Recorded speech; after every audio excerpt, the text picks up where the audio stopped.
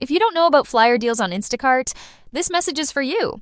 Flyer deals are like strolling through your favorite store looking for deals, but you're scrolling your phone, and maybe you're in bed.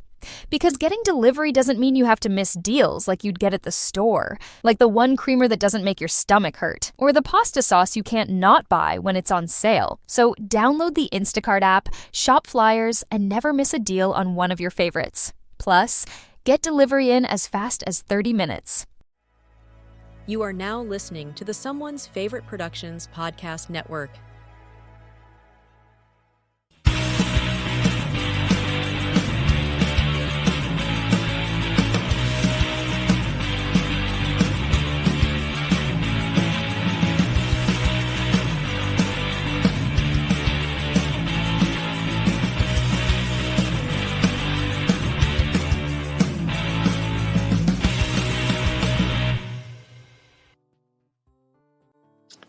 Hello and welcome back to another Thursday. I am exhausted, and my name is Ryan, and here with me tonight is somebody that I admire greatly, that somebody like yourself who's watching or listening to this would probably love to follow on all of your social media, the one and only Mr. Bearded Film Guy, Chris Higgins. Chris, thanks for coming back for number 3. Dude, thanks for having me back. Bro, I don't think I told you last time how much of a banger your theme song is in the beginning. Thanks. I'm kind of proud that we commissioned that one. It's pretty great. Yeah, that's a good one, man. And like I told you right before, third time on, I'm still nervous. So. Aren't we all? Every week I still get nervous. Don't worry. I'm also freezing. I don't think that I planned on saying this publicly, but in the last handful of months, I've lost like 50 pounds, and ever since pound number 30, I'm like freezing always, no matter what I do. It's May, about to be June, and I'm like, I literally put on a jacket last night, and I was just dying. All right, so you have to think, man, you have removed essentially what is like 20 jackets worth of coverage. Literally. So literally. Yeah, I remember when coming out of high school, I lost like 30 pounds, and I was cold all the time. So same exact thing, man. I get it, dude. It's bad. When I was younger, my wife and I did keto at the same time, and I lost. So make me not date myself, I guess, but like really show how giant I was at the time. I was really unhealthy. I lost 185 pounds at one point, and I was frozen, absolutely frozen. After a while. Whoa, 100, dude, that is awesome, though. And then I gained a lot of it back, so it's less awesome. Let's get into some good news rather than gaining weight back. Chris is here tonight to talk about his incredible podcast. If you are not subscribed, please go follow. There's a link in the description below. Follow Chris on Instagram. Follow Chris on YouTube. He's back doing YouTube stuff. We're going to talk about your podcast. What is the podcast so that people can get excited about this? So the podcast is called Beyond the Blood, and it is a horror commentary podcast. We are not supplying the commentary. We're simply discussing the movie using the commentary tracks as our our discussion guide. Yeah. So, and we're gearing up for so season 1 is actually coming to an end on June 1st, where we did The Burning, and then we're getting ready for season 2, and it's going to be almost like a whole different show compared to what we did in season 1. So I'm very anxiously excited, you know? It's one of those things where I am honored to have been in one of the first couple episodes, and now you're like a completely different show already, and you're talking about going to a completely different show for season 2. What's been the biggest changes? I mean, I'm always the type of person where it's never good enough no matter anything that I do anyway. Right. You know, it's always got to get better, but we added a second co-host. So we have 3 people now, which completely changed the dynamic, which was incredible.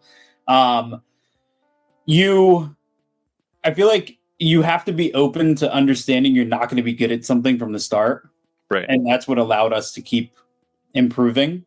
Like season 2 starts in August, and we're doing the Texas Chainsaw Massacre. And instead of covering one commentary, we're covering 4. So there's 4 commentaries. I have 3 books lined up, ready to read. Like just taking research to a whole nother like level. Right. Really, like how do we have fun and make it enjoyable to listen to, but also educate people, but bring a unique conversation point forward. Like I want people to learn.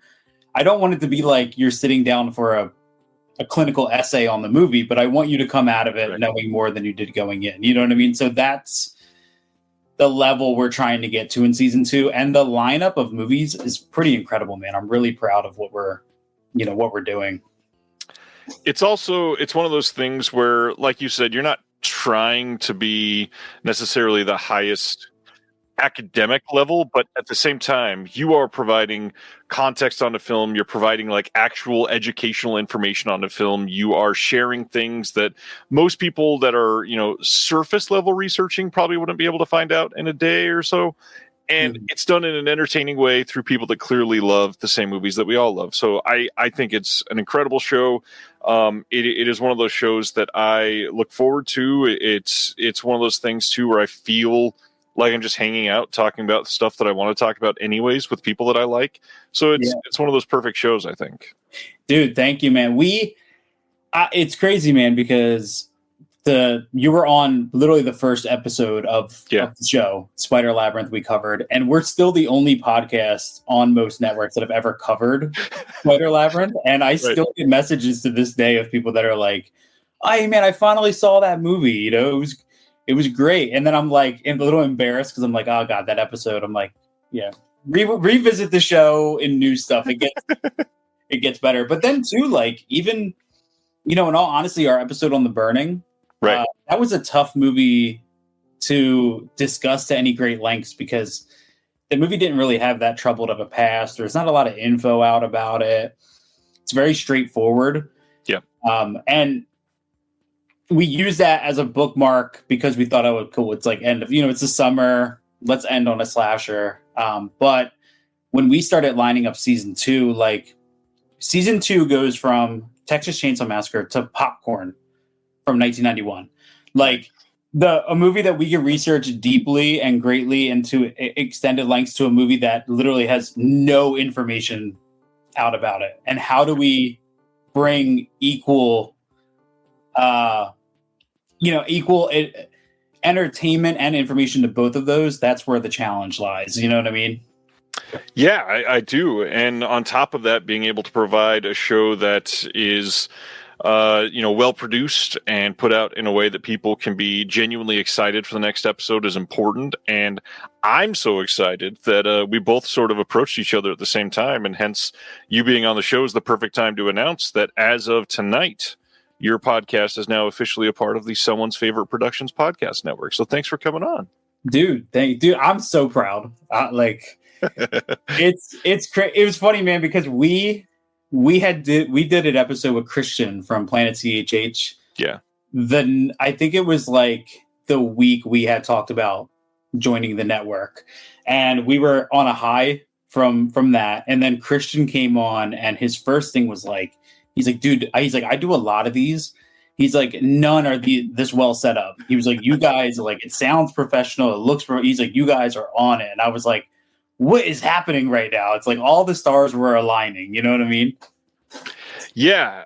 And speaking of that, being able to promote physical media is important to me. And so a show that's going to talk about audio commentaries is built in with that, the reason for the show to exist, even, and for physical media to exist. So it was a no-brainer to me. I respect you. I really appreciate your co-host and the chemistry that you guys have built. So yeah, for me, it would have been a dumb choice to not invite you on. So I'm stoked to have you. And I think, honestly, you fit perfectly with the rest of the roster, including another shout out. One of my favorite podcasts is Ryan Luis Rodriguez's One Track Mind, who he also just covers like literally context behind an audio commentary on every episode. It's different than yours because his is more of like focused with another film fan, and they discuss that audio commentary, but it's not just horror focused, and yours is going down a completely different path. And both of you together, it's just this really like great juxtaposition, and I can't wait. Having both of you on the network is like flipping a coin and just really appreciating the work that goes into these releases. Yeah, dude. I mean, when you told me that, I got even more stoked to have another podcast on the same thing. It's crazy, man, because I always felt like an outsider loving commentaries as much as I did before I really got into this space. That's when I started realizing like there were other freaks like me that wanted to know this stuff that nobody else cared about. And I feel like it was kind of perfect timing because while we're campaigning for more of this from studios, it seems like we're getting excess of it from boutiques. So it's incredible to see the amount of information that's coming out. And dude, getting audio commentary, like I just saw getting Jason X and Jason Goes to Hell on 4K to have Steve Barton, Uncle Creepy on the commentary tracks, was incredible. He's somebody who lives in the same town as me. So to have access to that and see that on the back of a box, I'm like, what a great time we're in for this stuff, Yeah, we're going to talk about that a lot tonight, not only with all of our announcements, but our discussion tonight is going to be discussing 3 2025 physical releases that are really great, like incredible packages where no matter what they have on the disc, it is something that everybody should check out. And I guess not even just on the disc, but like if it comes with a booklet and everything that's associated with it, things that people, if you get it, you're getting more than your money's worth. And it's going to be something that you can spend a lot of time ingesting because these releases, like I know they're expensive. Usually we're going to talk about a release from a company tonight that I'm still shocked as inexpensive as it is. But if you're spending, we'll say $40 on a brand new limited edition from Arrow or Vinegar Syndrome or TerraVision or whoever, and you are able to get like, I don't know, for some of these, the film might be 2 hours, and then you have 2 audio commentaries, a bunch of interviews, a bunch of visual essays, and then a literal like 80-page book to read.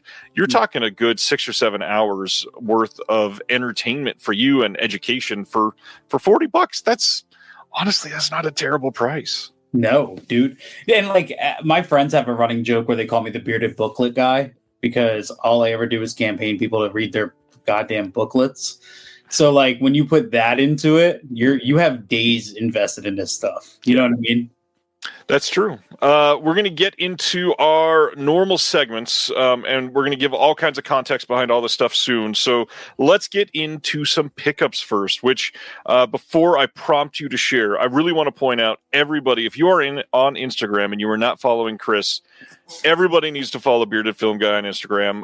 I was talking to my partner in crime, Will Dodson, earlier today, and he said, "Who's on your show tonight?" And I said, Bearded Film Guy. He goes, "His Instagram is like pornography for collectors." And I went, it is, but I want to hear why. And he goes, because he like zooms in and his finger runs along it, and it's got to find that perfect spot. I was like, Will, this is perfect. I have to repeat this tonight.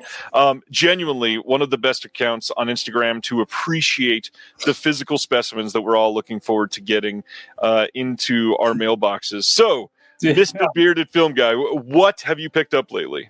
I have to say, like, I'm glad I'm hitting the G spot of physical media. Like, you gotta find it. That's what that made me feel like. So I'm a little. I don't really have too much new stuff. I sort of like took a little bit of a break away from some stuff, and then I was focusing more on pre-orders. Right. I did finally get, though, and I haven't seen it yet. I did get a Nora on 4K from Criterion. I don't know. Did you get this yet? I've not got it yet. Even though I planned on pre-ordering it, it just passed by me, and then I realized it's already May. I might as well wait and save $6 or whatever. Yeah, so this was on Amazon. I think it was like $30. Like it wasn't, it was $5 was enough for me to like pull the trigger now compared to the Criterion sale. Yeah.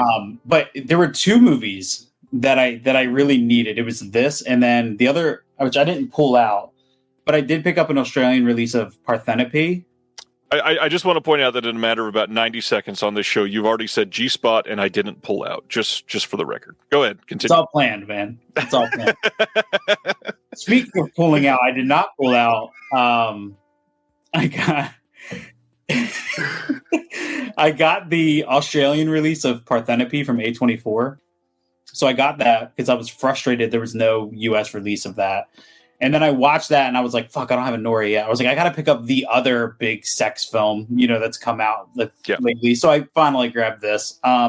What are your thoughts, by the way, on the Criterion, like these digibook style? Do you still like these?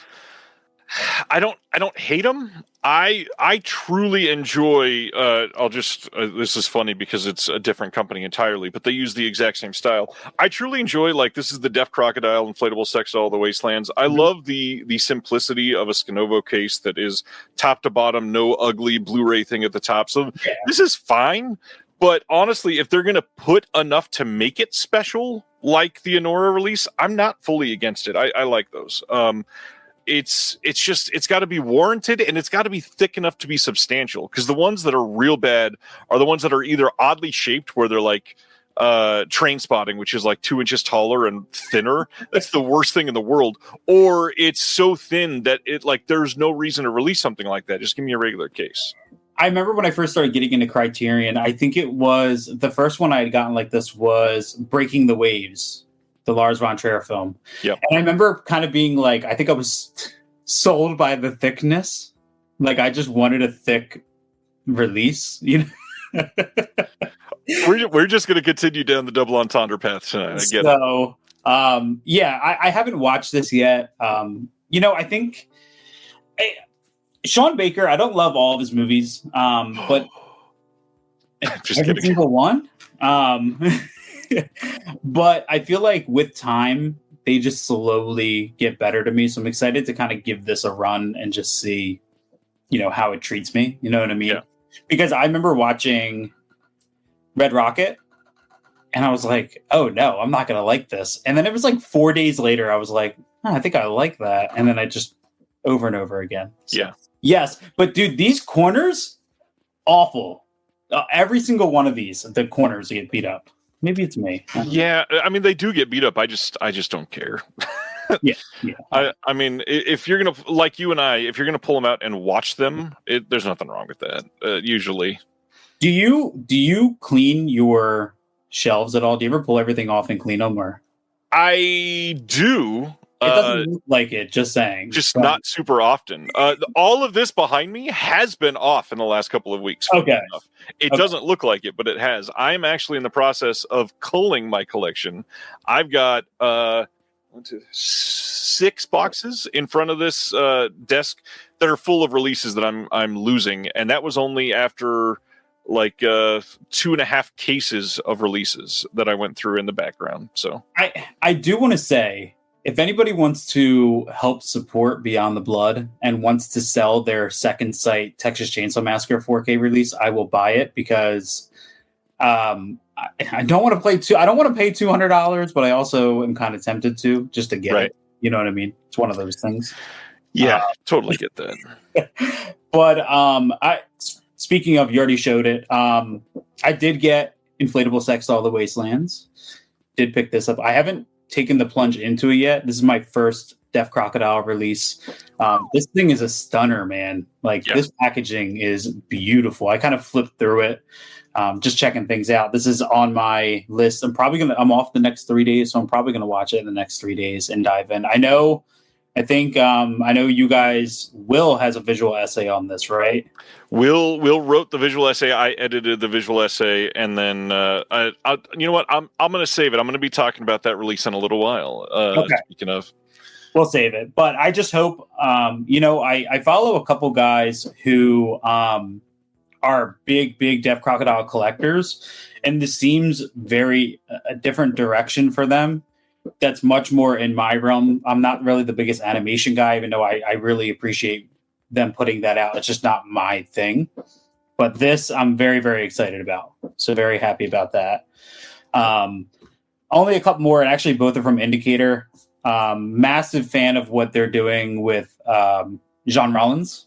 Yeah. Love. I own every single one. I can't turn them down, and the prices are great. So I did get the Iron Rose, which is probably one of his most accessible, since it's just a girl in a graveyard nightmare situation. But I will say, dude, Indicator, you want to talk about an academic release? These are overwhelmingly like academic, to the point where I've actually put their booklets down and then had to come back to them because I felt like I was being overwhelmed with information. So I picked that up. And then I already told you pre-show. Yeah, there we go. Dude, I'm very like that. As somebody who did not collect Death Crocodile before, I'm definitely all in after this one. Nice. But I will say one of my favorite releases of the year is Girls Without Shame. This is also from Indicator. This is part of the John Rollins line, but this was directed under a pseudonym because of this is a little. Have you ever seen this movie? I don't think I've seen this one yet. No. Okay, so this is kind of like it's like a pulpy crime thriller mixed with sexploitation. It has, which is funny to me, man, because like you watch a movie like Fascination from him, which is arguably probably one of his most well-known. Definitely most iconic for sure. Yeah, and I actually think that has more sex than this one does. So I don't know why this gets labeled into a different category. But we'll talk about this more later. This is just one of my favorite discoveries of the year. Wonderful bonus features, great booklet. Absolutely fell in love with this movie. I also fell in love with the short film that was released on this disc as well.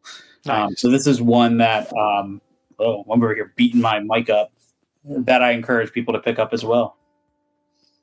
I think that's it for me.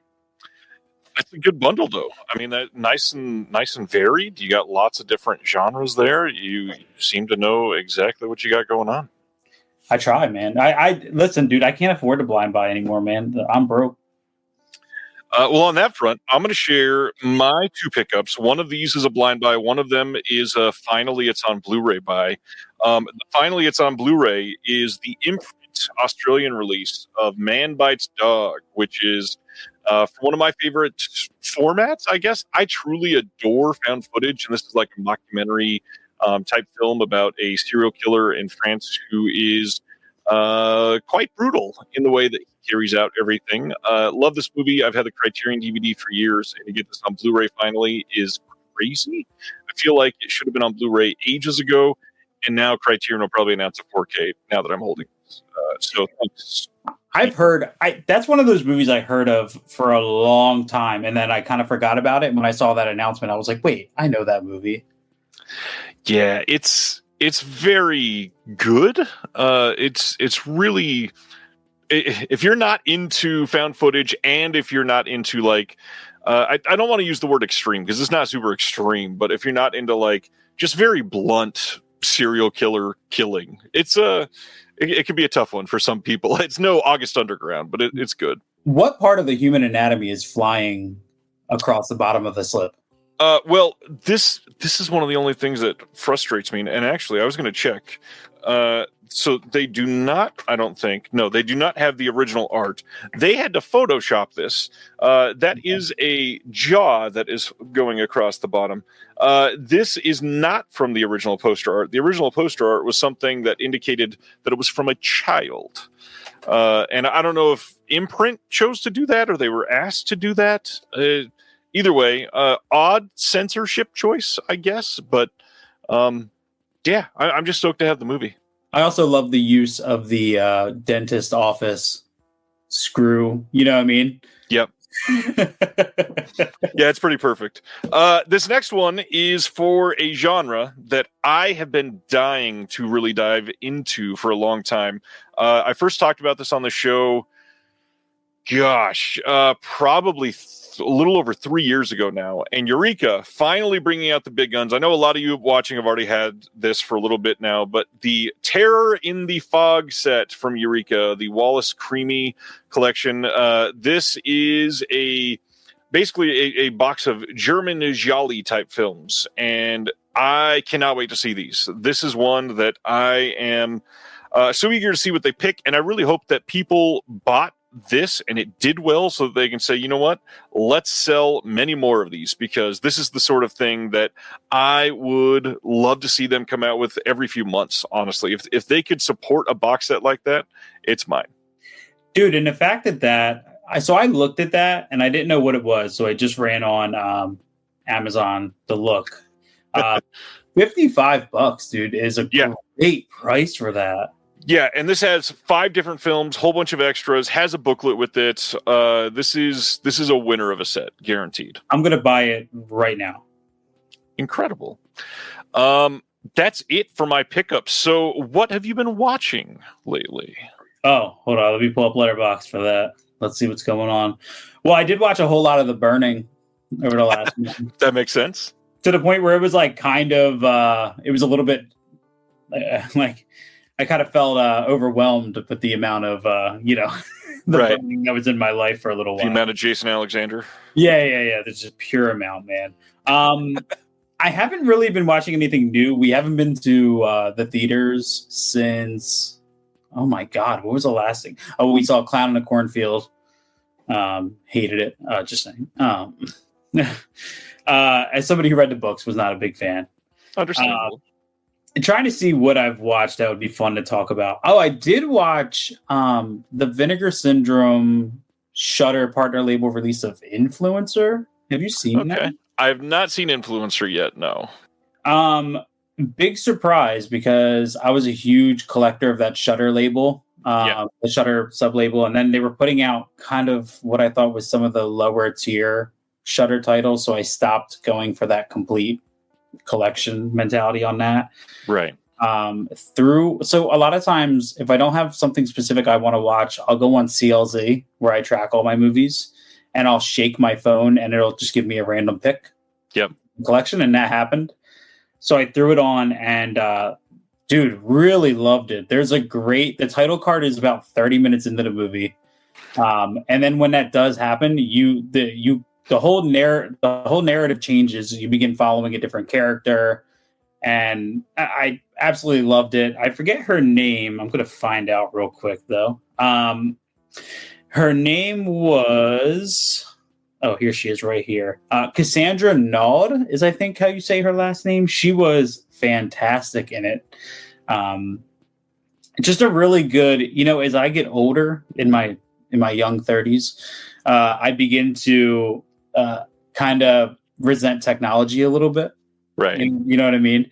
So even anymore, to watch a movie and see a cell phone, a modern day cell phone, is kind of like nauseating. It's like, oh, I don't want to see this. But the use of her actually using in the movie, there's a scene where she uses like really, really, really advanced like Hollywood level technology to pull off what she's doing. Right. Like, oh my God, this is actually kind of scary. And now it's funny too, because that was only like 2 weeks ago, and now we have the Google VO3 stuff going on with the AI, and I feel like I'm kind of living in the influence in that world of that movie for a little bit. So I watched that. Dude, I've been loving the Arrow Video Bullets and Betrayal. Good box set. Collection, man. Yeah. I've been ranking those over on my Letterboxd, and every movie I watch, something else is kind of taking the front. I watched Stranger from 91. I watched Carlos as well out of that box set. What's interesting about that set and about the V Cinema in general is how that box set starts with a 58-minute like nonstop action movie, right? Yep. It's great. And then every other movie is extremely slow and like totally different pace. Because I went into that box set thinking everything's going to be like that, and it's not. And now every movie I've watched has become better than that first one. So that's an interesting box set, man. I like that a lot. Jesus, Russ, thank you. Russ just donated $100. Appreciate that. Received Belladonna of Sadness 4K and some extra courtesy things from me. Yes, thanks, Russ. Appreciate you completely. That's huge. I don't even know what to say to that. That's amazing. Man, that was incredible. Russ, you're huge. Appreciate that. Trying to think. Oh, you know what I did start watching? I got into the I'm going to say it wrong. The Dai Gothic box set from Radiance. Dai. Okay, there we go. I finally got into that, and I watched The Ghost of Yotsuya. Okay. And that actually, dude, it's been a long time since I've been creeped out by a movie that really kind of unnerved me. I was watching it at night, dark house, and I kept going. My wife was in the bedroom, and I kept pausing it and going into the room. And be like, this happened, going back and forth. Really, the only other thing I think I would love to talk about is I finally saw Strange Darling. Oh, how'd you feel about that one? Dude, I fucking loved it, man. Nice. I don't. You've seen it, right? Not only have I seen it, I've interviewed the director on my channel. So yeah. So everyone kept telling me once you know the twist, the movie's not the same. So I watched it, found out the twist. I was like, okay. Then I watched it again, and it did not. It didn't change my view of the movie at all. Right. There's so much style to that movie. Every shot is beautiful. JT Molnar is how you say it, right? Yeah, JT Molnar, and the big thing is it was shot by Giovanni Ribisi. This is the first film that he was cinematographer on. That's crazy. Yeah, dude, like absolutely loved every bit of it. And I have the Icon 4K. Me too. Good choice. Which looked stunning. Just all around, man. I'm so bad with names. What is his name that's in that? Kyle. No? Okay. Kyle Gallner. Gallner is how you say it. Yes. Kyle Gallner. All of us that are fans of his are the Gal nerds. Oh, the Gal nerds. Yes. Not at all.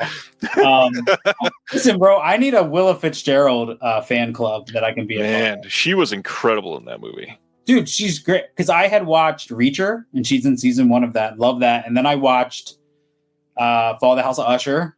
She was in that. Great. And then, Strange Darling. Loved it, man. I really hope one day down the line we get a more deluxe release of that. I would love some more interviews, some more insight, something, man. That movie was so goddamn good.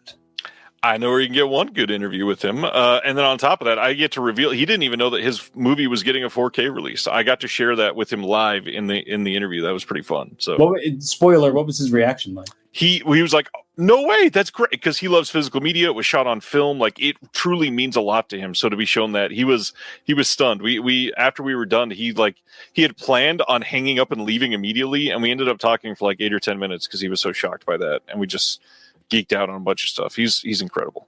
Well, he's going to be real shocked when when the American 4K does come out, and everyone's mad because they have to double dip to pick it up. As studios do. Yeah, we shall see if that happens eventually. I really hope somebody treats it right, because I do think that it's a beautiful movie. I want to see it on rewatch. I've still only seen it the one time, but even if the twist doesn't hold up for some people, which that was the big thing, it was this big marketing campaign of no spoilers, please, whatever. Mm-hmm. And if the twist doesn't work for you the second time, the big thing is those two lead performances are stellar through and through. There's not a moment of like, nah, they're just phoning it in. No, everything about them is completely genuine and full and really lived in characters.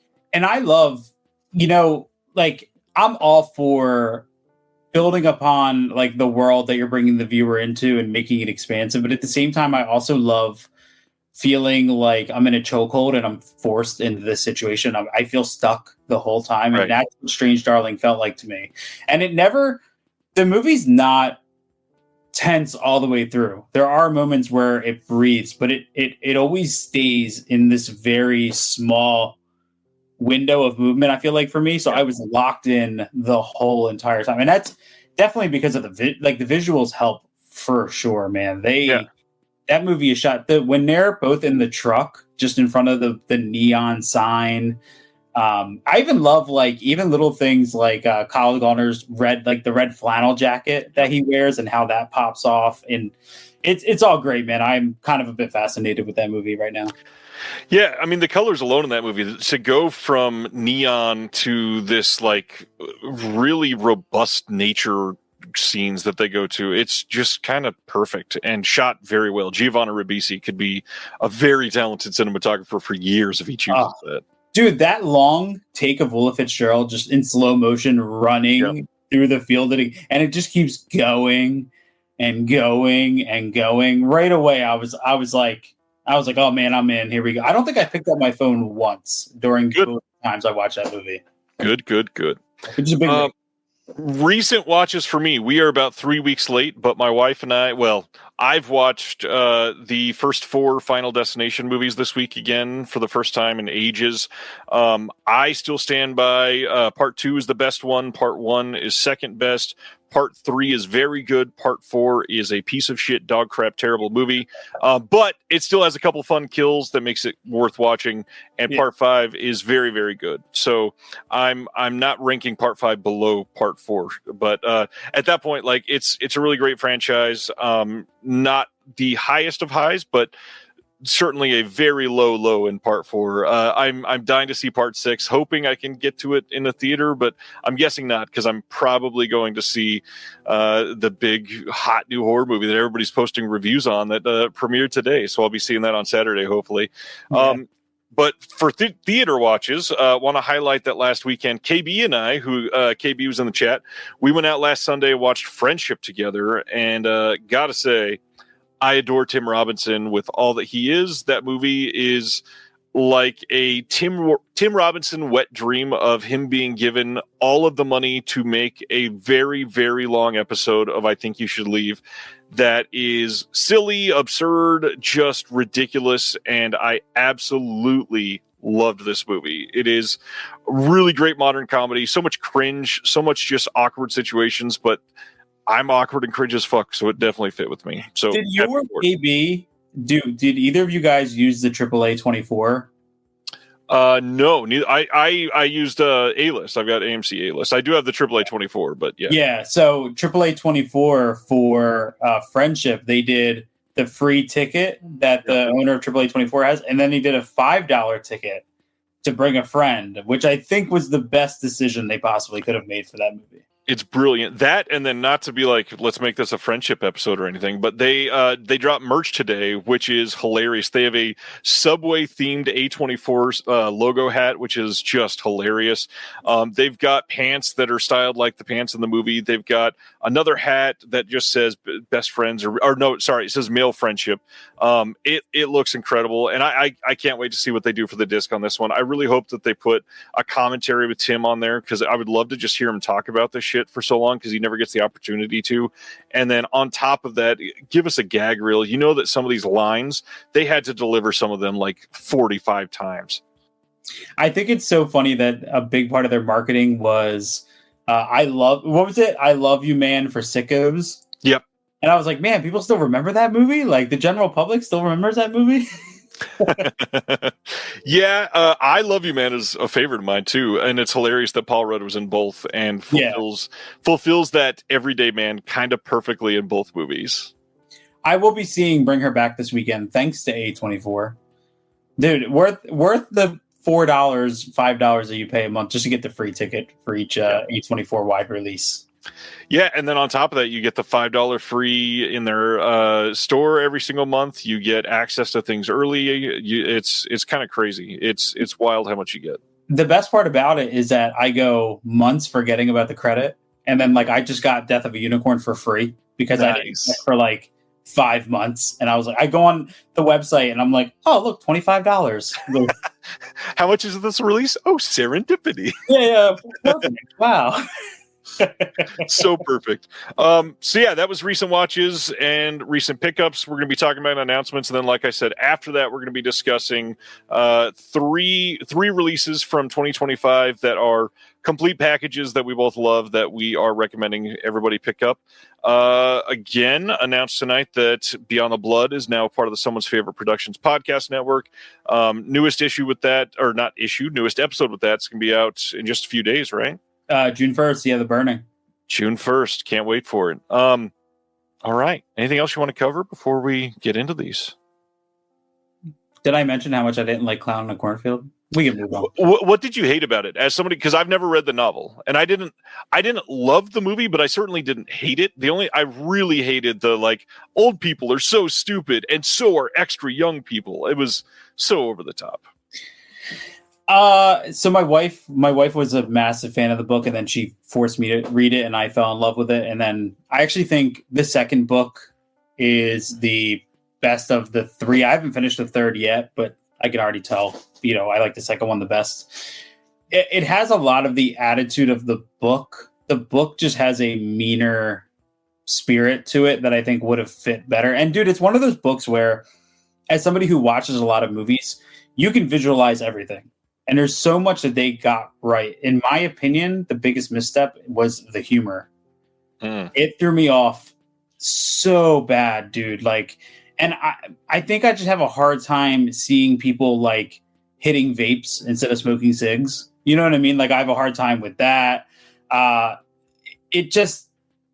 We got about halfway through, and I remember looking at my wife and being like, oh, well, it was no, we got 10 minutes in. I looked at my wife and I was like, oh no, this could be bad. And then we got halfway through and I was like, if my wife wanted to get up and leave right now, which she kind of wanted to, I was like, I would. I just was not enjoying myself.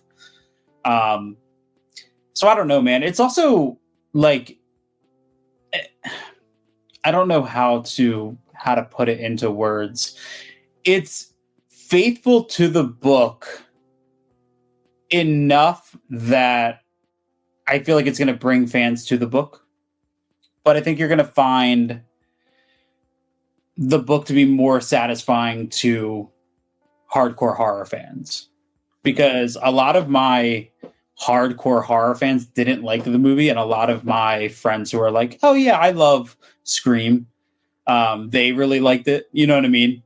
Yeah. So I'm interested to see how I like it. When I'm going to pick it up on physical media. I'm interested to see kind of how I like it a second time, because I like Eli King. I was a big fan of Tucker and Dale vs. Evil, but as of right now, that's kind of where I stand with it.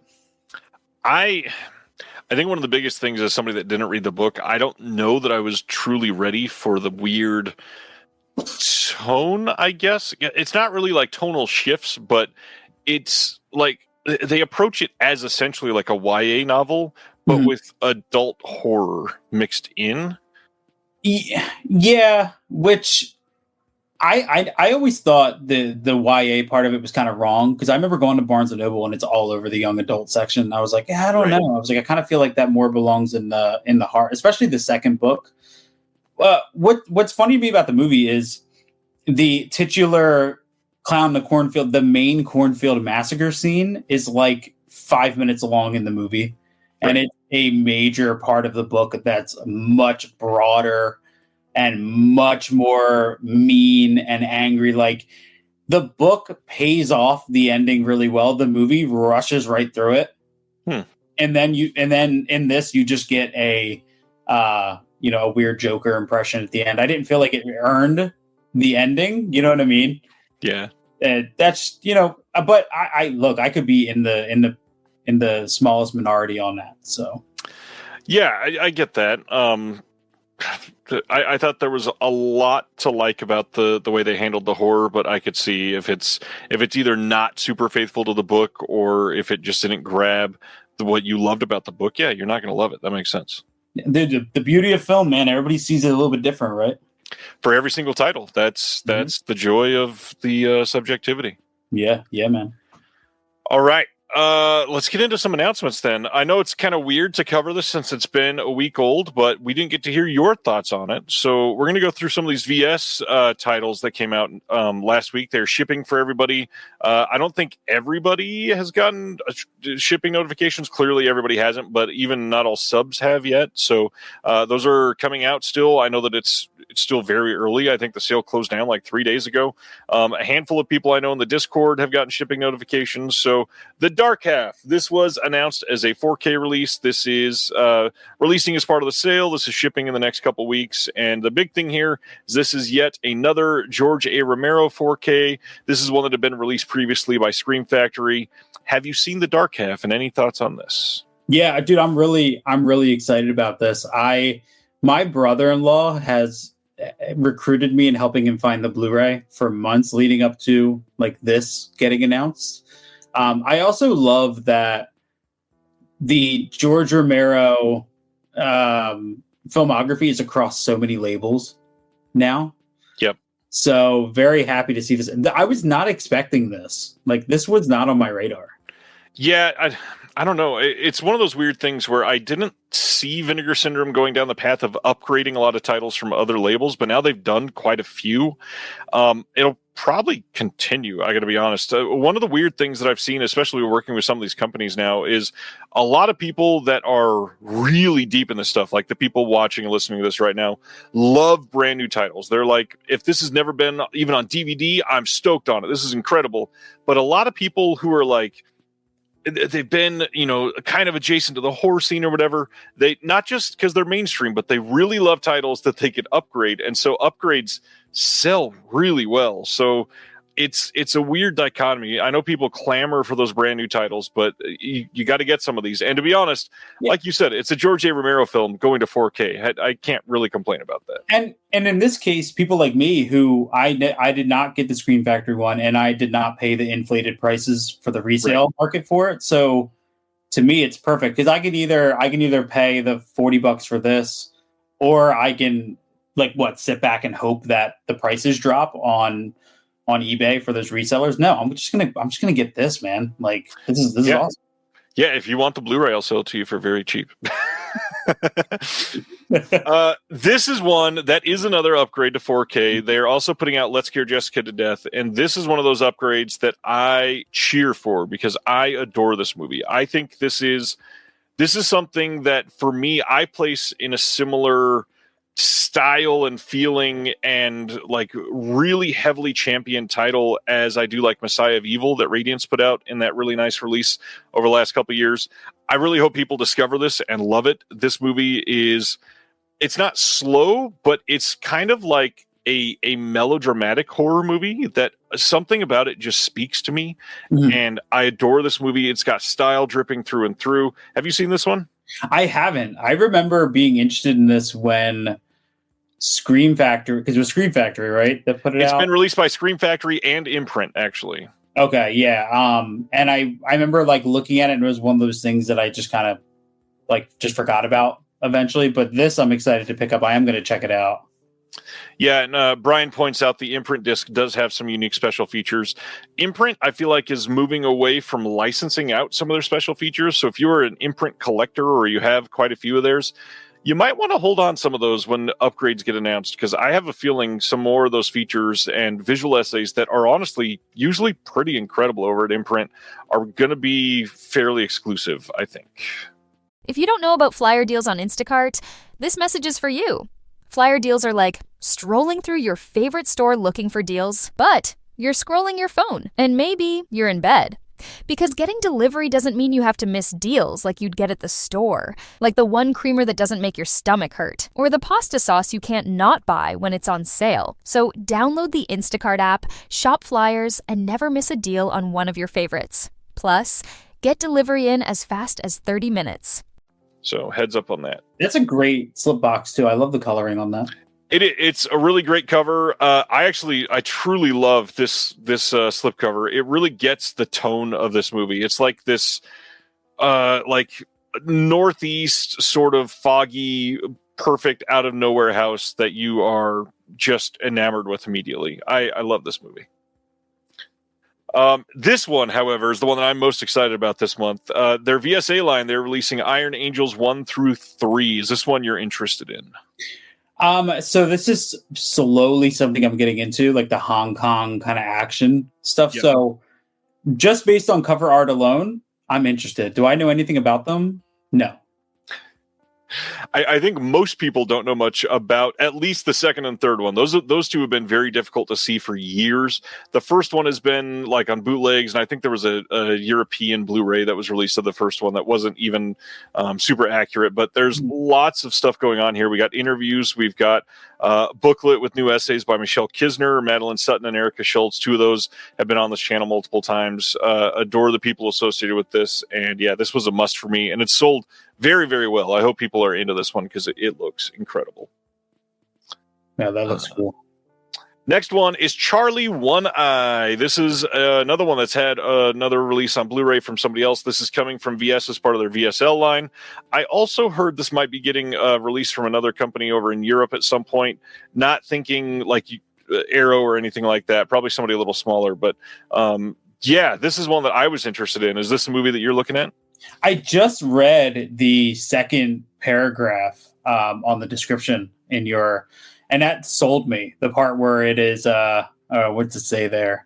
Unusually racially focused entry in the canon of the anti-Western. Sold.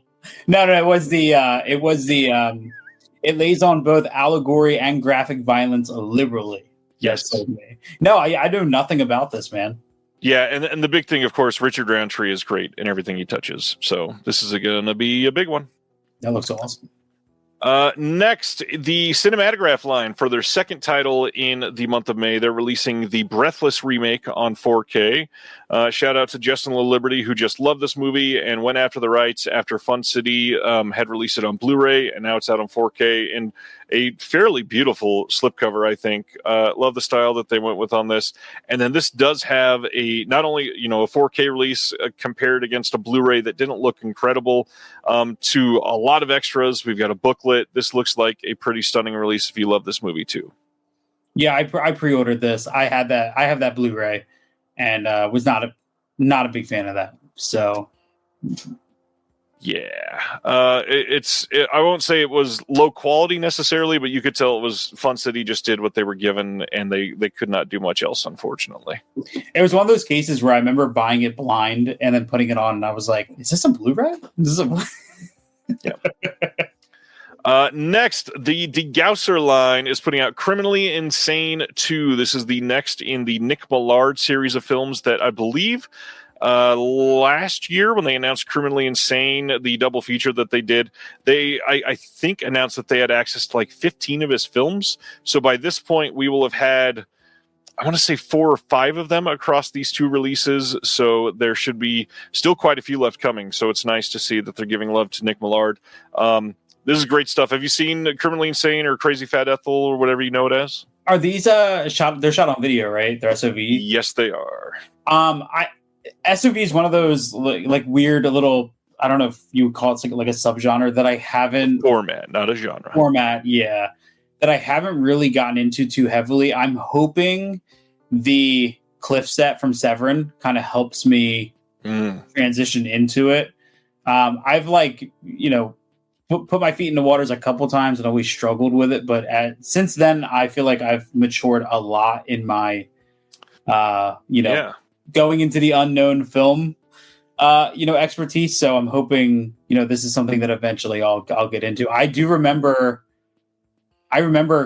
when I was reading the description just now, I had like a weird flashback to when Crazy Fat Ethel came out and being like, what the hell is that? Yeah. Yeah, this is one of those titles that a lot of people know at least by name, and I think a lot of people are going to be excited about. So go ahead. Oh, I was just going to say it's a cool slipcover. It is, yeah, and I really like the first one, so I hope people either appreciate it and find something in it that they can enjoy, because it's a fun one. And then some variant slipcovers. Showgirls got a new slipcover that is, in my opinion, vastly superior to the original one. From Beyond got a brand new slipcover, and the Amityville Horror got a brand new slipcover, which a lot of people online upset about the Amityville Horror one, which I think is hilarious because it looks pretty decent to me. It's just minimalist. The From Beyond one I like quite a bit. I didn't replace this, but Vinegar Syndrome absolutely misspelled Paul Verhoeven's name the first time they posted this, and you can see that in the shot right there. They did fix it afterwards. I'm curious how far along, if they had printed them all and they were in the warehouse and they're just waiting on a giant bonfire to lose all these misprinted slipcovers. I think I was the one who pointed it out on your Facebook and Instagram posts. Yep, you are certainly one of them. I told Celeste that I wanted so badly one of these misspelled ones, just to say I have it. You know what I mean? Just to be like, yeah, I got that. Yeah, it's going to be way more rare than this one even. On top of that, they're putting out some of their DeGosser video deluxe VHS releases. They did Criminally Insane and Criminally Insane 2. Then they did Satan's Black Wedding, which was the other Nick Millard title that they released last year. These are cool, I guess, if you're into VHS. I like that they light up. I would never purchase one of these, but nice. They're cool. I'm not going to buy them, but they're cool as hell. Then Vinegar Syndrome released their very first paperback zine. This is Vinegar, what do they call it? Vinegar Zine-drome #1. This looks really, really freaking cool. Had to get this myself. Priced at only $6.66. That's pretty awesome for me. Yeah, that's cool. I love like the fact that A24 does this. I love that they do it. These are so cool, man. I'm all for more companies doing stuff like this.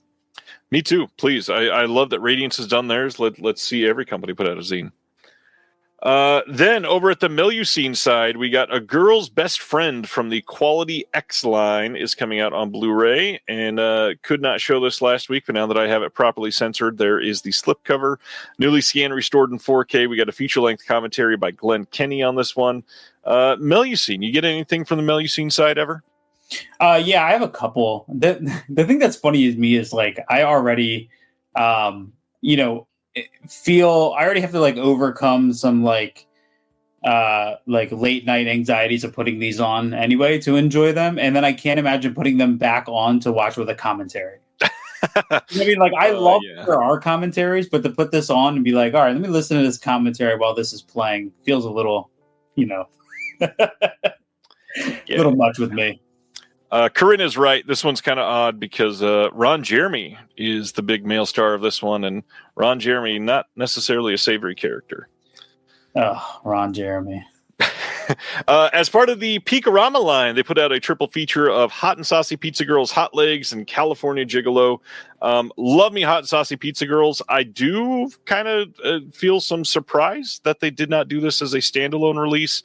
Go 4K, make it a big Melusine release that is super fancy, because it's one of it's a VS title. It's one of those titles that they're kind of known for. It was one of their big first adult titles. So, I believe also this dropped some bonus features that were on the DVDs for these films, but I'm glad that people can get these in HD, and Pizza Girls is a super fun movie. Yeah, so I've never seen it, but I've heard of it, so this was one that I pre-ordered. Yes, good. Mozart's Ghost said they need a t-shirt with the Pizza Girls too. Yes, that t-shirt used to be available a long time ago, and they brought it back, so it's really awesome that it's here. Stan wants to know, is there gay content on Melusine? Of course there is. Yeah, there's quite a few on there. Somebody get a clip. Will says, somebody get a clip of Ryan saying, love me some Hot and Saucy Pizza Girls. If you do, please email it to my wife. I'll send you my email for her. So there's that. And then the merch that they released over on Melusine was Orgy Butter Soap this time. This is a sudsy sensual interplay of tender peaches, luscious cream, and warm honey in 6 shades of naked. I'm super proud to be, as Celeste pointed out here, there's only one previous post ever on Instagram with the Orgy Butter hashtag. Mine is number 2. This is very fitting, considering Sydney Sweeney just announced her bath water scented soap with Squatch. So this is an interesting conversation. Great timing on that, Sydney. Good job. They also put out some other merch. They got this really interesting, crazy detailed print that they did. They've got a brand new VS skate deck, some cinematograph stickers, some cups, and camping mugs for the first time. They got a dog bowl that they actually printed the words dog bowl on, which I'm still confused by that. Is the dog supposed to understand that this one's a dog bowl and this one's for popcorn? Why is it labeled? Yeah, all right, cool. I don't get it. And then a Breathless style cinematograph bumper sticker, and then here is the cat mug.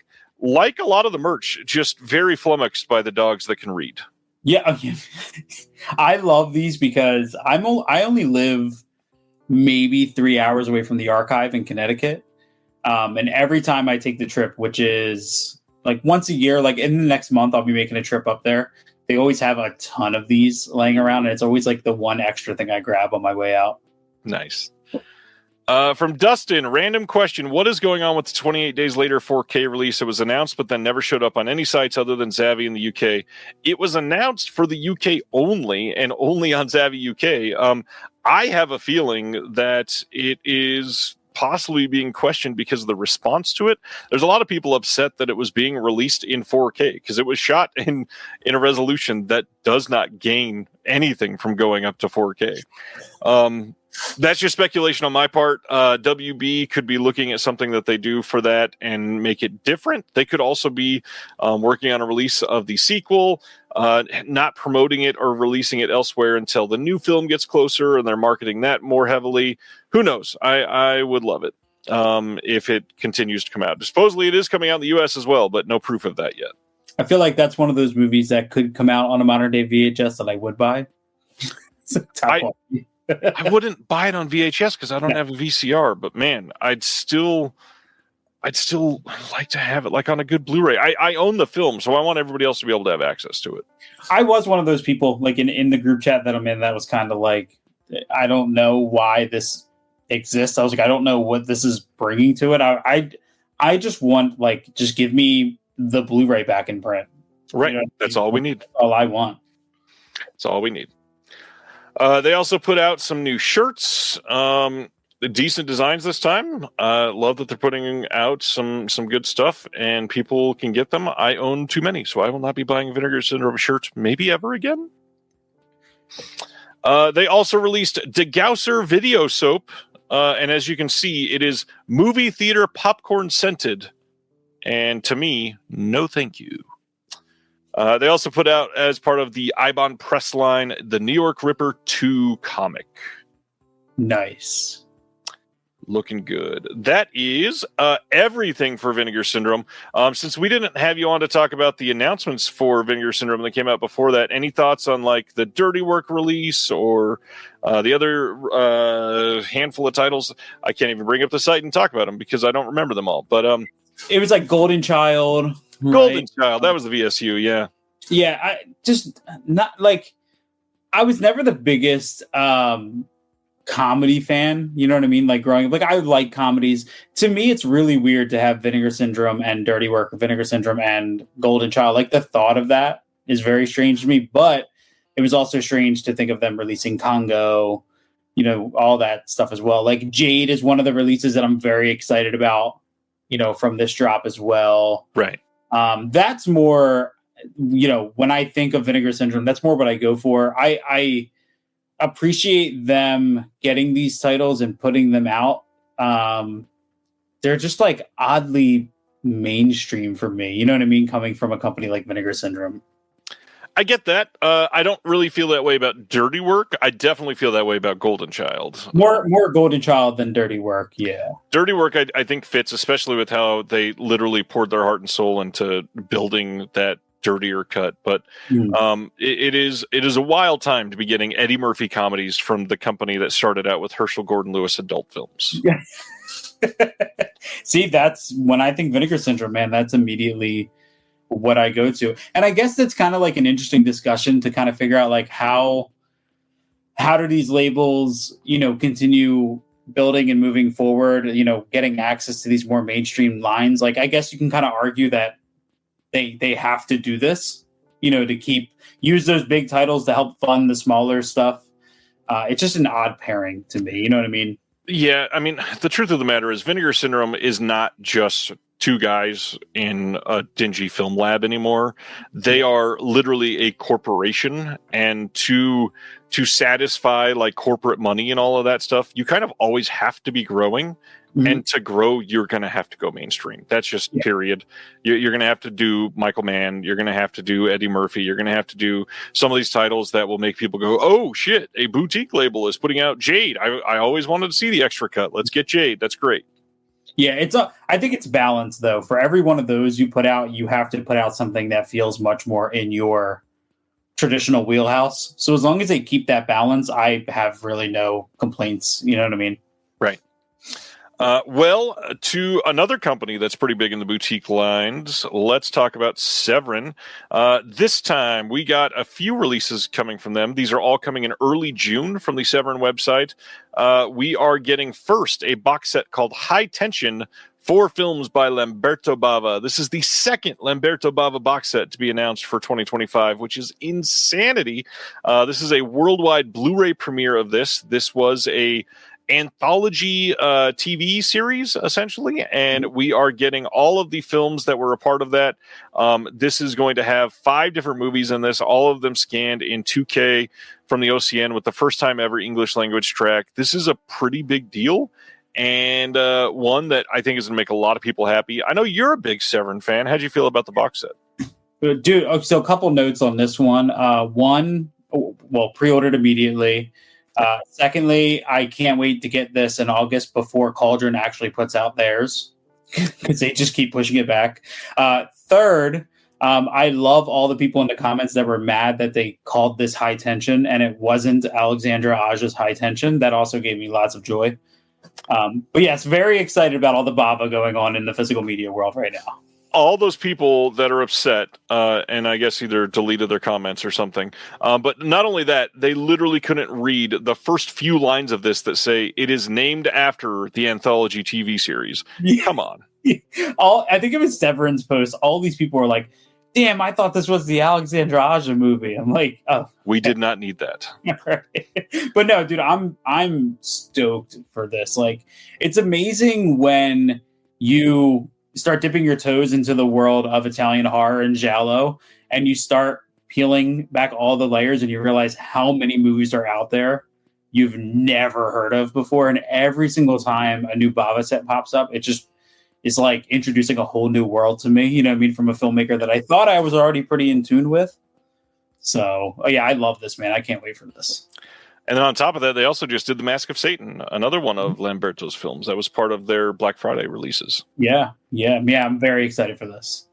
And then they were not done yet. They are also releasing The Odd Job from 1978. This is a Peter Medic film. This is a worldwide Blu-ray premiere starring Graham Chapman, which got me excited about this. Honestly, all of these sound really great. You've got the film and a bunch of special features, audio interview with Peter Medic. You've got some Zoom reunions, some other interviews, lots of stuff coming on here. And then to go with this, they're also doing The Ghost of Peter Sellers from 2018.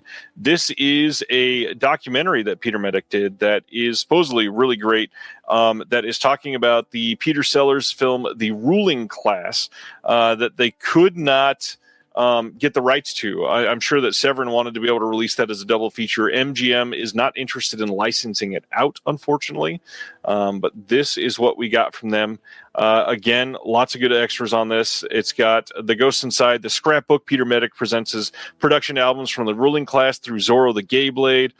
More on that. We got a visual essay from Daniel Kramer, who was just on the channel.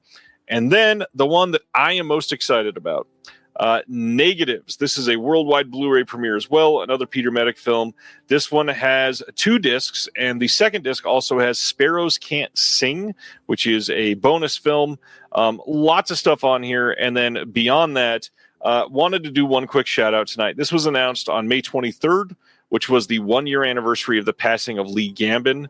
And to make it even more special, this has bonus features that were produced by Lee Gambin before his passing that we didn't even know were coming. Nobody knew that Lee was working on these and that he was able to finish some of these. There's a visual essay that he did on here. There is a commentary that Lee was able to be a part of with Peter. Lee is just an incredible person, helped get me into this industry, and I can't wait to pick this up. But Peter Medic, how do you feel about all these announcements?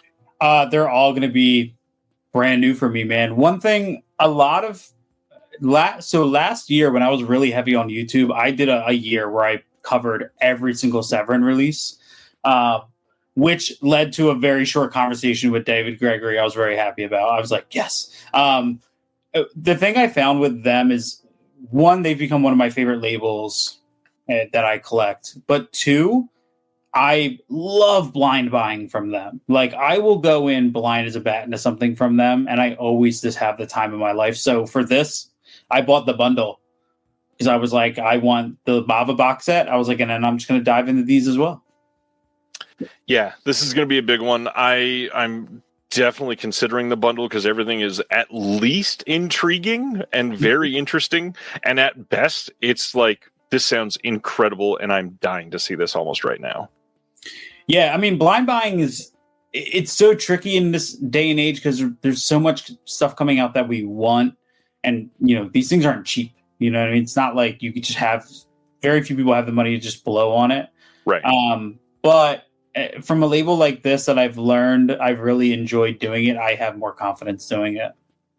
Yeah, that's the thing. You start trusting the curation of somebody running a label, and suddenly you can just know if they announce it, I'm probably going to at least like it, and at best love it.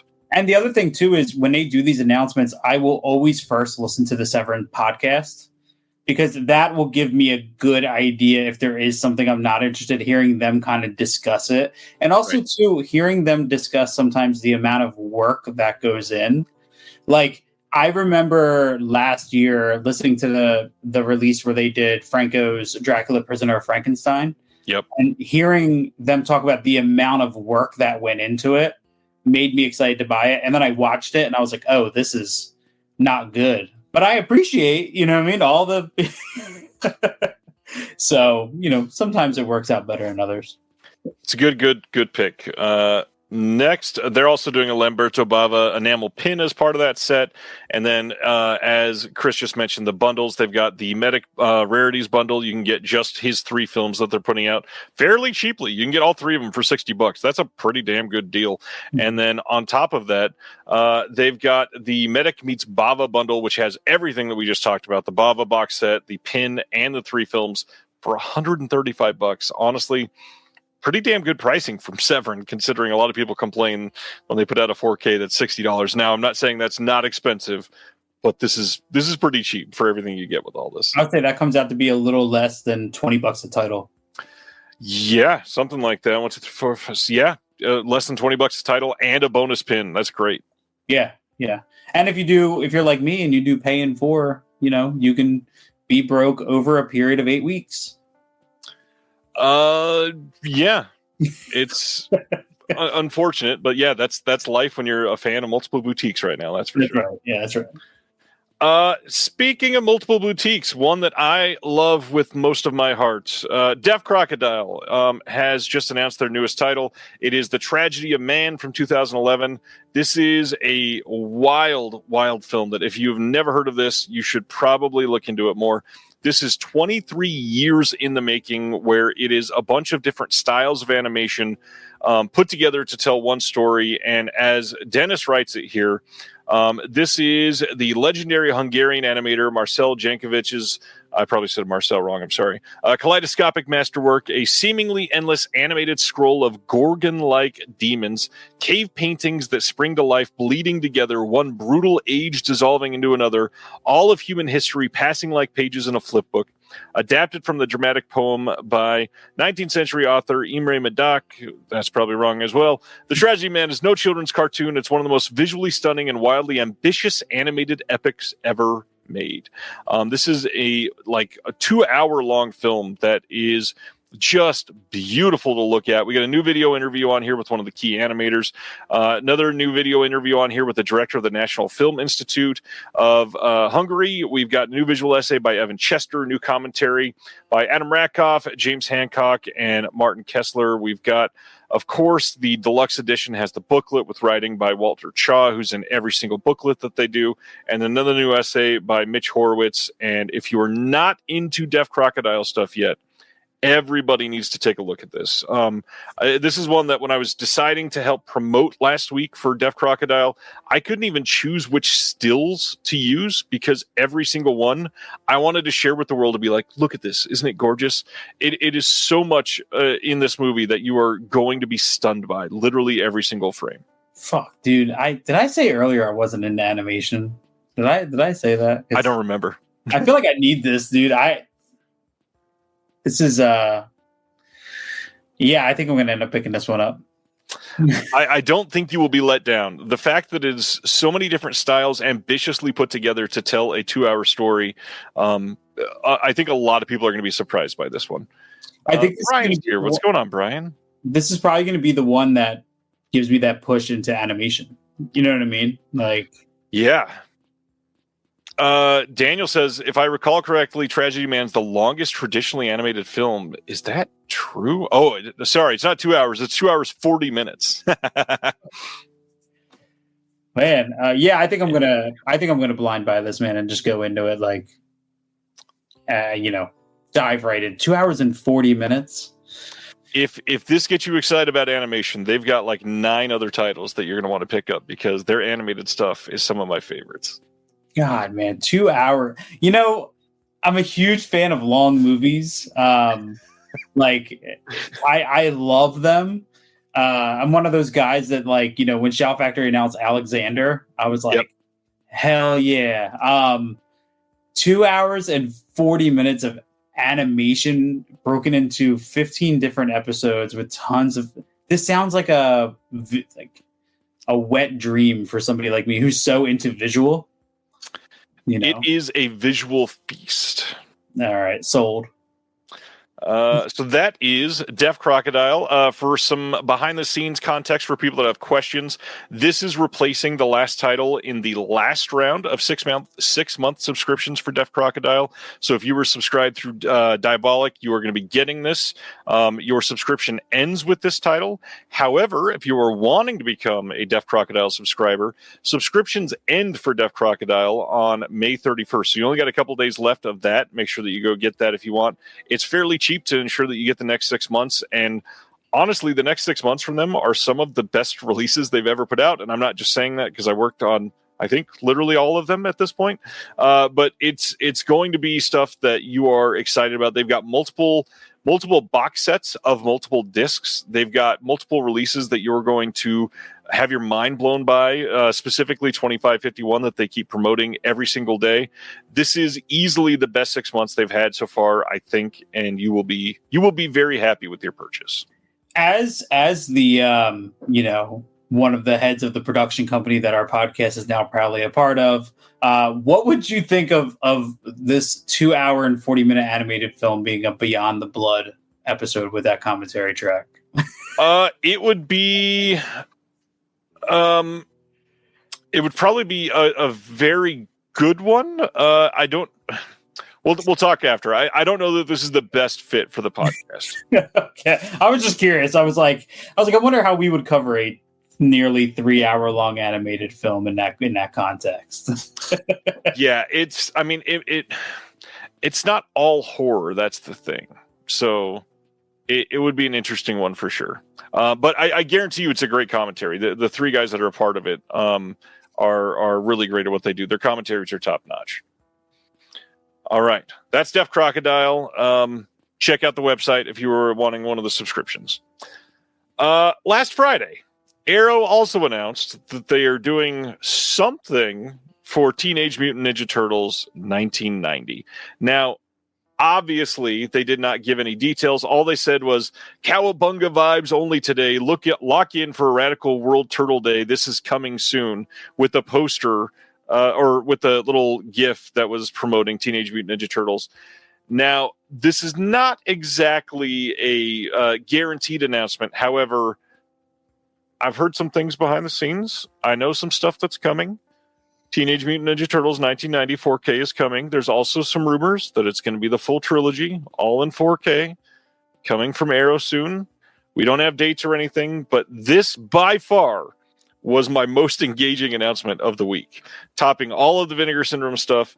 Oh my God, does this movie have some fans? How do you feel about Teenage Mutant Ninja Turtles?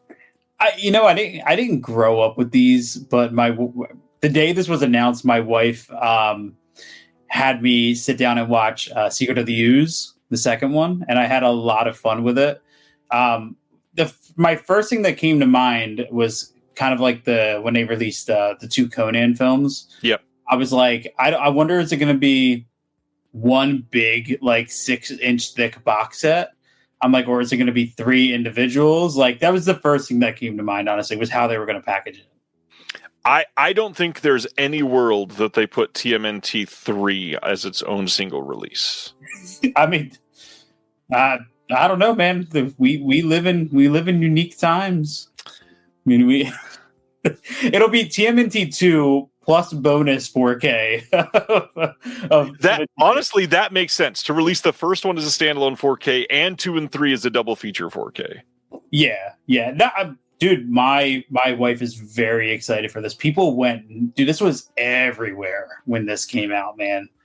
Not only was it everywhere, I gotta say, the first movie is kind of a incredible movie disguised as a kid's movie. And if you have not watched it in a long time, the first movie holds the fuck up. It is a really great crime story. It is really well shot, although it was done kind of cheaply, so some scenes are way darker than they should have been. They didn't have the greatest production, but honestly, the 4K will help it quite a bit. It's so dark that some great HDR. What's going on, right?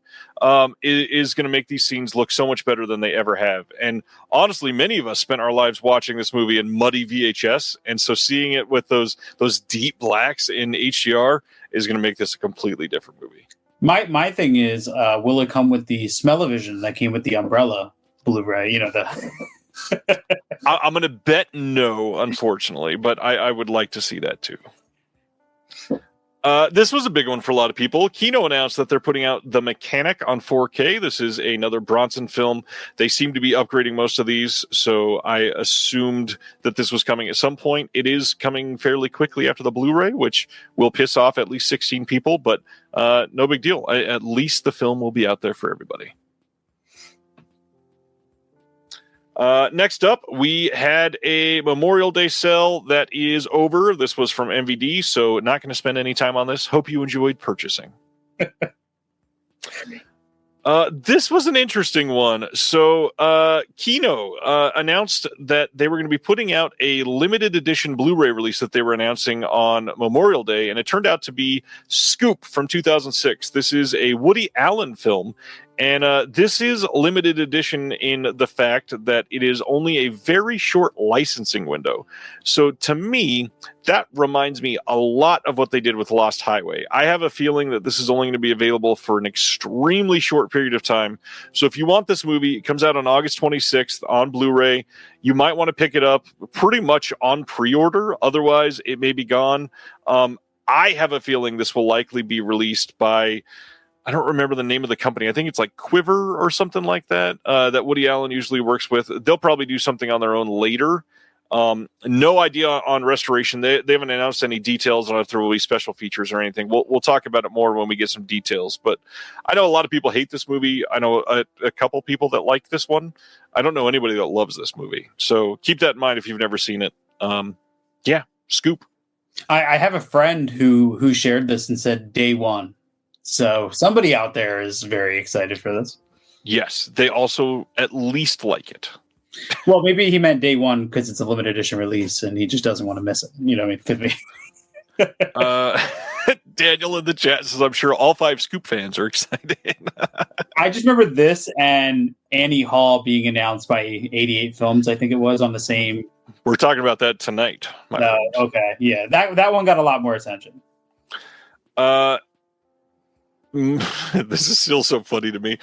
Sam Hell, the company that puts out films that are I know this is over, but I got to mention this is the company that puts out like torture snuff type films, and they're like, "Hey, celebrate Memorial Day by saving 50% off on our Blu-rays." The sale's over. I actually watched on Memorial Day. I woke up, I saluted the flag out front, and then I watched August Underground. So I don't know, what world you're living in on Memorial Day, but I'm just kidding. All right. Let's go to the next one, which is this year's Until Dawn, getting a 4K Blu-ray and DVD release from Sony on day one. This is coming on June 26th. We actually have some good extra features here if you're into this one. We got Dolby Atmos on this one. We've got an audio commentary with the director and the producer, some deleted extended scenes, featurette on adapting the video game that they did, some other small featurettes. Did you get to see Until Dawn this year? I didn't. I got really excited for it because I read the Fangoria article on it and just didn't get to the theater. But I was very happy to see an audio commentary on here. Rare for stuff like this. It's pretty rare nowadays. I do admit that it's more likely to happen on a horror release. The cult titles tend to get them more because we seem to purchase these. But I'm just glad to see they're investing in the commentary. It's a big deal. Yeah. All right. And then we got last week, Umbrella announced some titles, and they also had said, but we had one that we had to delay. This is that title that got delayed. So September 3rd, Umbrella over in Australia is releasing Kiwi Cult Volume 1. This is coming on Blu-ray. It is a Volume 1 of New Zealand box sets that they're going to be doing. A couple more of these coming at least. This is going to have Into the Dark, Into the Dark is the subtitle of the box set. We've got The Irrefutable Truth About Demons from 2000. We've got Perfect Creature from 2007. And then we have Under the Mountain from 2009. Extras on here, lots of stuff. We got brand new commentaries. We've got lots of interviews. We've got the standard, hey, we're Umbrella. We're going to put everything we can into a big booklet in a nice hard box, and everybody's going to love what we do with these. And it looks like a really solid release. And to get New Zealand films that don't get a lot of coverage, to get a full box set like this with more coming, that's pretty damn rad. I'm stoked on that. Yeah, I mean, I love Umbrella. Massive fan of what they do. Accessibility is really tough with them. Luckily, I have friends who, we do a group buy with it, which makes it easier. Just you always have to consider, first of all, how long it's going to take before you get it, once you order it, and then hope that there's something else in the group buy, unless then I have to spend $140 to get it. Right. So I have noticed some, I think Brother Belial just posted the French Extremity set. So I was able to order that thanks to them. But yeah, sometimes I love this. I just hope there's an easier way for me to, grab it. Yeah, that's I get that. Pretty much everybody at this point. I think Orbit, Diabolic, Brother Belial, I think Atomic gets some of them, are all getting at least the standard editions. They're not the giant hard box sets, but they're getting at least the slipcover release that they do of these, which is awesome. And you save a lot of money that way, not paying for the international shipping. Yeah, it may not be the giant box set, but at least you're able to get the films, which is the important part. Yeah. I just got, I didn't mention it in the pickups, but I got Storm Warning from them, the limited edition.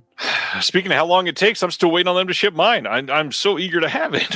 I bought that one direct. Dude, people are still getting the Terrifier box set, when they ordered it, the same day I did. So, like I said, just things like that kind of come into consideration with them. Too true. I think I may have ordered mine with Wake and Fright, which is holding it up. Yeah, probably. Yeah. Kino also announced that they're putting out The Vultures from 1984. This is a Jean-Paul Belmondo film. They've been announcing lots of French stuff recently, so this is a big deal. Vispian saying, any word on Umbrella's Angel's Egg release? As far as I'm aware, and I may be wrong, Vispian, I had not heard about an Umbrella Angel's Egg release. I just knew that it was coming out in the U.S. from, was it G-Kids that got the rights, I think? Umbrella may be doing it in Australia as well. No additional word on that yet, though. Then, July 22nd, we're getting a 4K steelbook from Universal of Serenity from 2005. As far as I can tell, there's nothing new on this. This is just the exact same 4K disc in a steelbook. Universal's trying to make some money. And they're not even doing it with art that is super compelling. If you love Serenity, are you buying it for this steelbook? If you don't know about flyer deals on Instacart, this message is for you. Flyer deals are like strolling through your favorite store looking for deals, but you're scrolling your phone, and maybe you're in bed. Because getting delivery doesn't mean you have to miss deals like you'd get at the store, like the one creamer that doesn't make your stomach hurt, or the pasta sauce you can't not buy when it's on sale. So download the Instacart app, shop flyers, and never miss a deal on one of your favorites. Plus, get delivery in as fast as 30 minutes. Fucking steelbooks, dude. Are you stoked about this steelbook? No. Are steelbook fans excited about this? That's some art. Yeah, there's some art there. I don't mean to look down on it, but yeah, this is This is not a great steelbook design. I mean, maybe it's just me. I can't do the steelbook thing, man. I just like every time there's a new steelbook announcement, I'm just like rolling my eye. You know what I mean? Right. Every time, dude. I got to admit, I've got hundreds of them in this room. I like me some steelbooks, but the art has to be something that is necessary. This is not. Yeah, but at one point the steelbook was like a great. I have some, like, you know, at one point it was, they were putting a ton of effort into them, and you know they were fun. Now it's like just over, and the price is insane, man. Yeah. I've heard that the disc is okay. Daniel was asking if it's a good disc. Rye is saying, now give me a 4K of Heaven and the Ugly. I can't promise anything, but I've heard at least one of those titles might be in the works soon.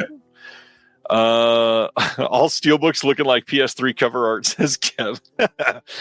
This one specifically. Yeah, that's Serenity. Moving right along, BBC putting out Walking with Dinosaurs from 2025, a nature. It's definitely not a nature documentary because they didn't go out and film dinosaurs, but this looks like a pretty fun release. Check it out if you're into the animal type thing. Really, really into the episode titled Band of Brothers. Yeah.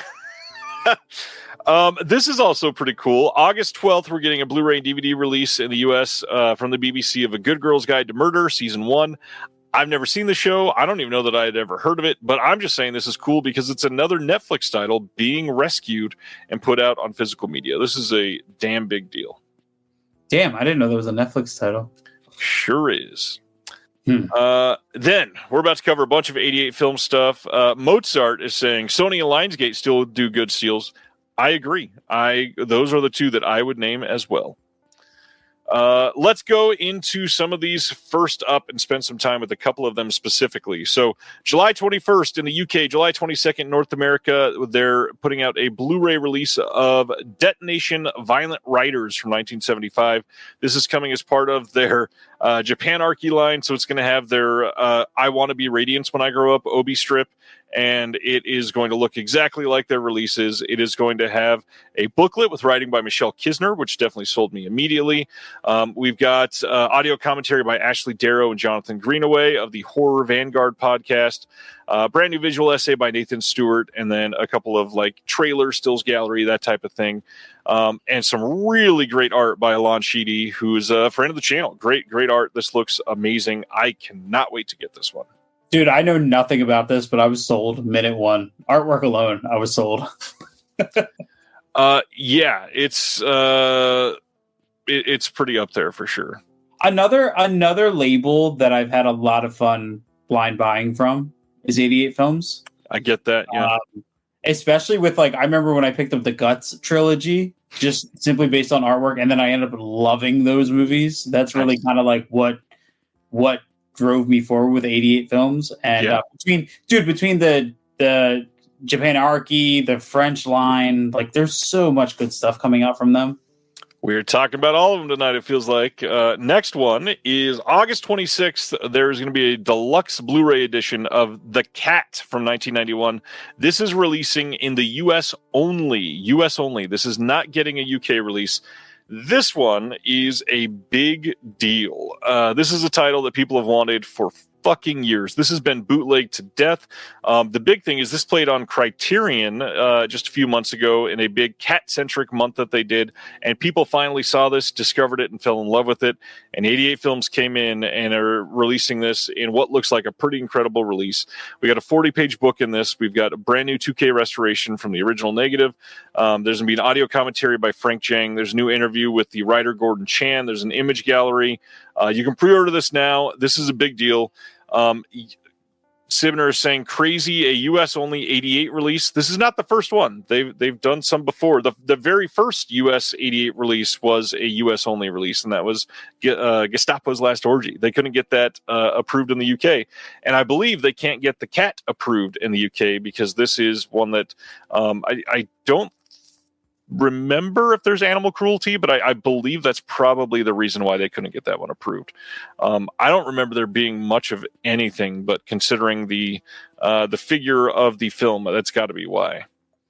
This is going to look really nice on my shelf next to their limited edition of The Seventh Curse. It's still one of the wildest movies I've ever seen. Yeah, incredible movie, incredible. From the same director as this one, yeah. Yep. So that's The Cat. This is one that pretty much everybody should own. Check out The Cat if you have not seen it. Next, July 28th, in the UK, they are releasing Her Vengeance. This was also recently released by Vinegar Syndrome in a vastly superior release. This 88 films release is going to have a 40-page book and an audio commentary, and that's pretty much it. That's the only reason I think this is sort of a huge miss for them. This is a very good film that I really wish people could see a great release in the UK. But if you're over there and you were wanting this, spend a little extra and get the VS release. It's definitely a better release, and it's a double feature. That's good. I mean, I like the art. Yeah, it's pretty great art. 88 Films has a really, really good track record with decent art. I instantly thought of the art for Vinegar Syndrome's Chinese torture chamber story. I think, is that what those were called?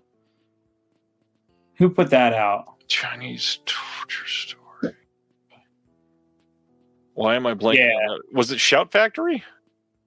No, I thought it was Vinegar Syndrome. It was. You're right. That's why. It's Chinese Torture Chamber Story. Torture Chamber Story. Okay. That's what I thought I said. You may have said it, and I was just... Yes, I think you meant? Yeah. No. Yeah, there we go. Yeah, yes, yeah. No, so I did see this, and somebody in my group chat said, because I had sent this, and I was like, oh, I'm probably going to grab this, and they had told me grab the Vinegar Syndrome one. I was like, oh, okay. Yeah, definitely a better release of this one. And then, like you alluded to earlier, on July 14th, they're releasing a Blu-ray and, if you really want it, a DVD release of Woody Allen's Annie Hall. And for special features, they have a trailer. Nice. I'm grabbing that DVD. This is the same old master that this has been released on Blu-ray before. There's literally nothing new here.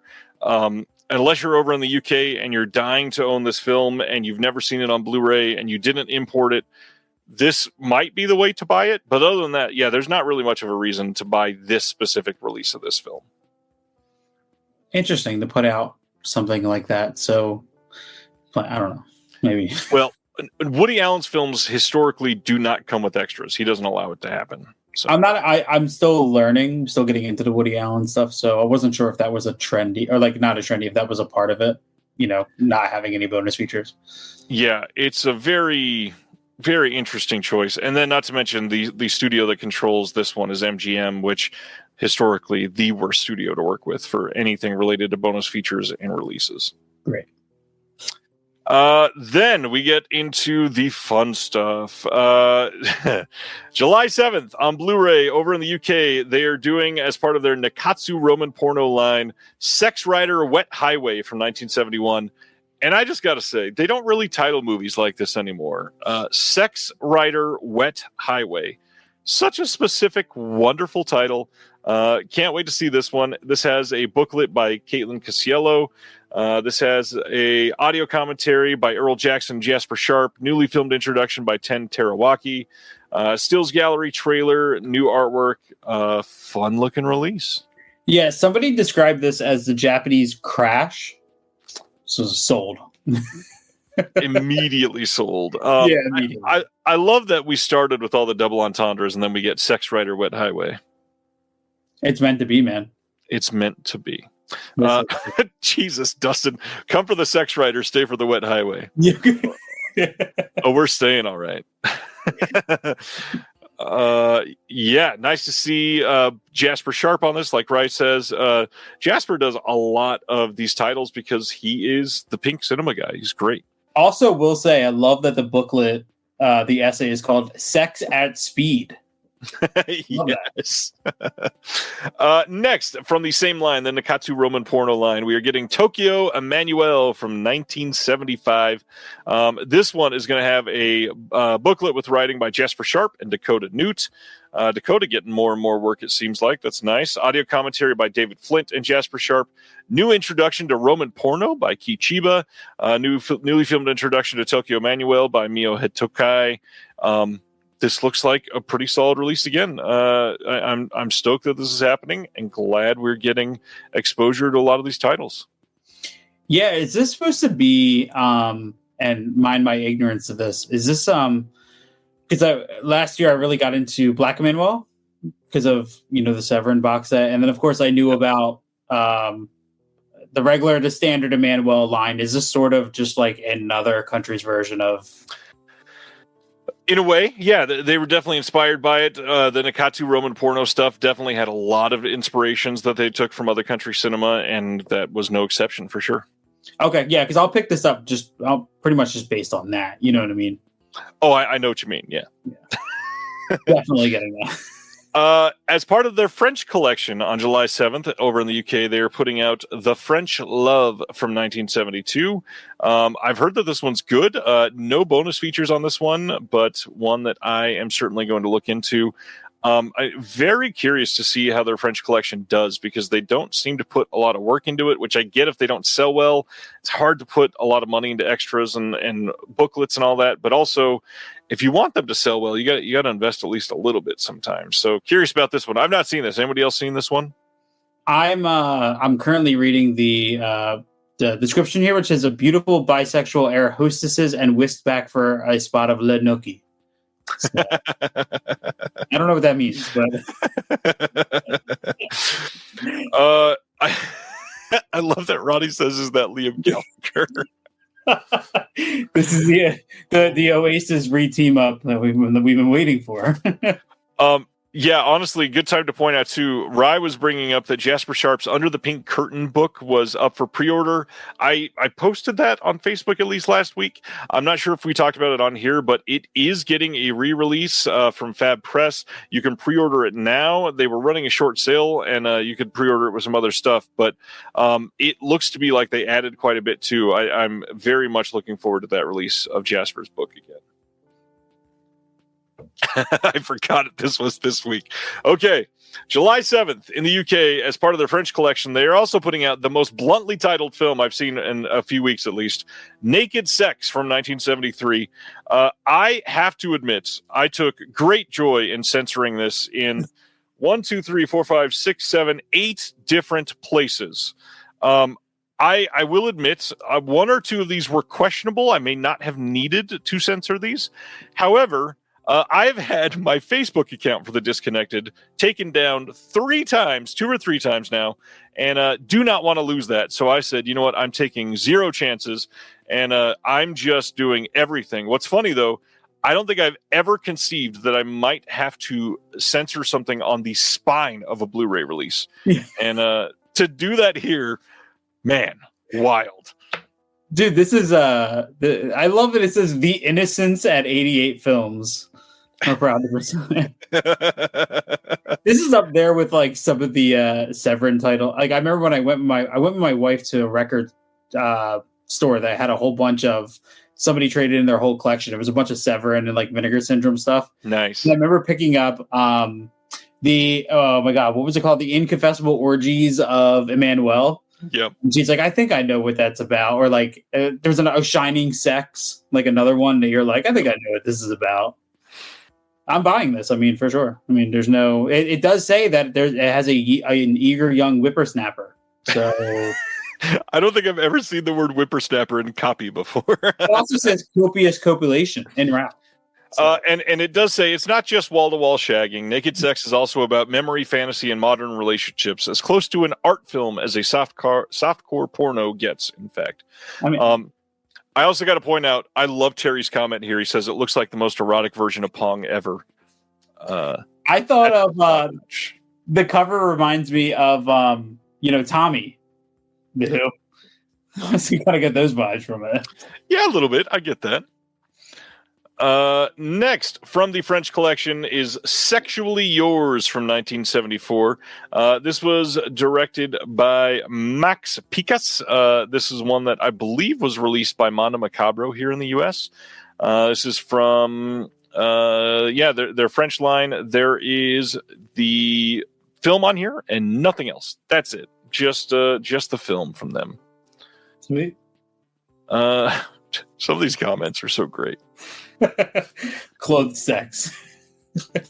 Next up, The Last of Us Season 2 is getting a 4K Steelbook and standard release, plus a Blu-ray and probably a DVD if you're still into that. Over in the UK on September 22nd. You can pre-order this now from Zavvi and a couple other places, I believe. But now this has since gone up in the US as well. You can expect this to get a Steelbook release here. 4K release coming about this was kind of inevitable. Max has been doing that for a lot of their stuff, HBO Max or whatever we're calling it this week. I don't remember what the dead name is at this point, so I'm sorry. This is a title that's done very well, so I'm not shocked that it's getting a great release. So check out The Last of Us if you have not. Hell yeah. Another cat film to round out our week. August 12th, we get a cat film from Whole Grain Pictures called 25 Cats from Qatar. This is from 2024, and it says that it is one of the wealthiest countries in the world, but beneath its glittering exterior lies a world populated by millions of migrant workers and millions of street cats, often starving and in poor health. So they're talking about the cats and helping them, and there's some premiere event Q&A. There's the original trailer, and yeah, this looks like an interesting release. I had heard that this was good. I'm kind of surprised this is getting a Blu-ray release. I mean, I would just hate for this to come in the same package as my pre-order for Naked Sex. I mean, I just can't imagine that unboxing experience. But also, if I buy this, since I'm a completionist, I'm also going to have to buy Cat Daddies. Yeah, probably. Absolutely. And then, of course, the cat. Those all have to come in one. Never mind. I probably should not say the phrase, those have to come in one package. Never mind. Moving right along. Hey, one of the biggest announcements of the week, September 30th, we are getting the terribly kept secret from Criterion, the 4K box set of the Wes Anderson Archive, 10 films, 25 years. So this is going to include Bottle Rocket, Rushmore, The Royal Tenenbaums, The Life Aquatic with Steve Zissou, The Darjeeling Limited, Fantastic Mr. Fox, Moonrise Kingdom, The Grand Budapest Hotel, Isle of Dogs, and The French Dispatch. This thing has a $500 MSRP. You can buy it from their website now for $400 on sale, or you can wait until the half off sale and get it for 250 bones. These are all, of course, approved by the man himself, Wes Anderson. 10 4K discs of the film, all with Dolby Vision HDR. They also include 10 Blu-rays that have all of their special features. Over 25 hours of special features to that. They've also got, English subtitles, plus they've got booklets with essays. Lots of stuff happening in this thing. For fans that are huge Wes Anderson fans, this is sort of the dream come true. It would have been nice if it had all of the films up to this point, but I don't know if it's just the even round numbers of 10 years, 25 films that they wanted to do it, but this is a choice. When Indian Paintbrush bought Criterion, it was kind of inevitable for them to do something like this because Indian Paintbrush and Wes have worked together quite a bit, so not really surprised. What are your thoughts on Wes Anderson? I mean, I don't have $500. I don't even have $250 laying around to get this during the half off sale. Everything went to Severin. Yeah, I get it. Everything went to Severin. I think this is a really cool presentation. I think there's, over 25 hours of special features is enough. You know what I mean? I think I think there's some, I think they could have done a little bit more. And 10 illustrated books. I think you could do 11, but that's just me. I think this is cool, especially because my wife sent me this and she has never seen a Wes Anderson movie, but she's really into the trailers for The Physician Scheme. Is that what it's called? The Phoenician Scheme. Phoenician Scheme. So I kind of considered this as a way to kind of get her caught up, but then I saw the price tag. Yeah, again, like, here's the thing: $500 for this is too much. Obviously, a $500 MSRP for 10 films on 4K is crazy pants money. That being said, most people don't spend full price on Criterion releases ever. But also, even at a halfway sale, these are still $25 per 4K disc, which that's just regular sale price for 4K discs. And you would think if they were doing a box set of 10 of them, you would think that they would at least discount it slightly compared to what the standalone prices would be on these. So to be able to do that, I guess to me, I expected a $400 MSRP, and on sale probably. Like right now, it'd probably be $325, $350, something like that. And then during the half off sale, it'll be $200. That's a lot better. Yeah, I still haven't grabbed it yet, but one of my like Grail pieces is their Bergman box set. So I feel like I have to do myself a service and get that first before I even consider this. Yeah, I could see that. And then also too, how much was the CC40 box set? Was that like $500? $800, I think. $800. Or $600. One of the two. I'm not sure. Sheesh. Yeah, let me go take a look at that while we discuss this. Sibner is asking in the chat if this was only 4K discs, and no, this does have the Blu-ray discs as well. So actually, it is a 20 disc set, which is nice. The MSRP on CC40 is $800, so at the halfway sale or half off sale, it's $400. $400. Okay. I mean, a lot of this stuff, it comes down to like if I walk into a Barnes and Noble and I have the extra money and this is sitting, back, which is funny because like my Barnes and Noble always puts stuff in their media section behind the counter that nobody's ever at. And then they spider wrap it. Oh, yeah, but like you could just walk behind the counter and grab whatever you need. But like I have a feeling this is one of those things that when I see it in person at my Barnes and Noble, it might be tempting. Yeah, you know what I mean. Unfortunately, but we'll see. Come next month. Gary, thanks for the donation. He's saying, just joining, catching up. The Ghost of Peter Sellers is about the unreleased Ghost in the Noonday Sun, not the ruling class. Thanks, Gary. Sorry for everybody listening. I definitely said the wrong thing there. I was trying to read quickly and said the wrong title. Let's see. It's the same as buying them if they were 4K standalones, and I think that's the issue. If you're going to do that, you got to motivate it other than like what Craig says here in the chat. Where was it? Yeah, but you also get the inconvenient big box that won't fit on your shelf. That's worth the extra money. That's not a motivation for me. If I can get them all on standalone 4K eventually, that to me is more appealing than the box set like that. Well, like you said, typically with the box set, you're discounting each title a couple dollars. Typically, you know what I mean? Because you're not getting the individual packaging and stuff. So if this was, like you said, $200 on the half off sale, that extra $50, I think, is, like it makes it better for me. $50 more off. So, yeah. So there's some other big stuff that we should talk about here. Is at least one of these titles, I believe, is a Disney title. So the fact that they were able to re-up and get that on 4K is great. That they're willing to do that. The box set here does have some titles that were not released by Criterion before, and so one thing that is a good indication that they're all going to be released on standalone 4K is that they're putting out Isle of Dogs on 4K by itself on the same day, and The French Dispatch on 4K in the same day. We'll talk about the features of those in just a second, but Wes Anderson himself, have you seen many Wes Anderson films? How do you feel about him as a filmmaker? He's more interesting to me than I don't tend to rewatch his movies. I always watch one and I'm really into it, and then it takes a while for me to kind of get back into. I think the Grand Budapest Hotel has been my favorite. Second for me would probably be Fantastic Mr. Fox. Outside of that, I'm pretty ignorant to most of his stuff. Jesus, Kev says, random but currently legally downloading all 116 MGM Midnight movies. What in the world? Nice.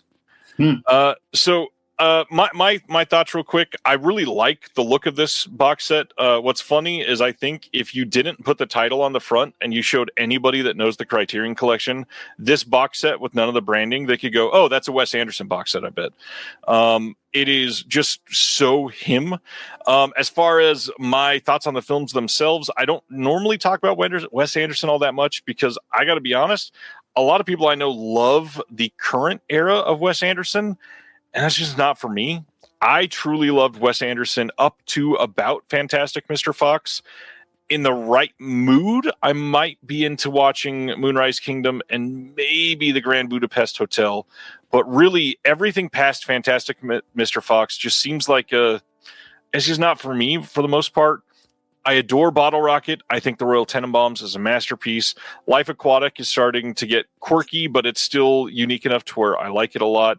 Darjeeling Limited is just silly, and I loved it. And then Fantastic Mr. Fox is, again, another masterpiece. I adore that movie. But, yeah, the newer ones just not something that I don't know. I'm not pining to rewatch those ever.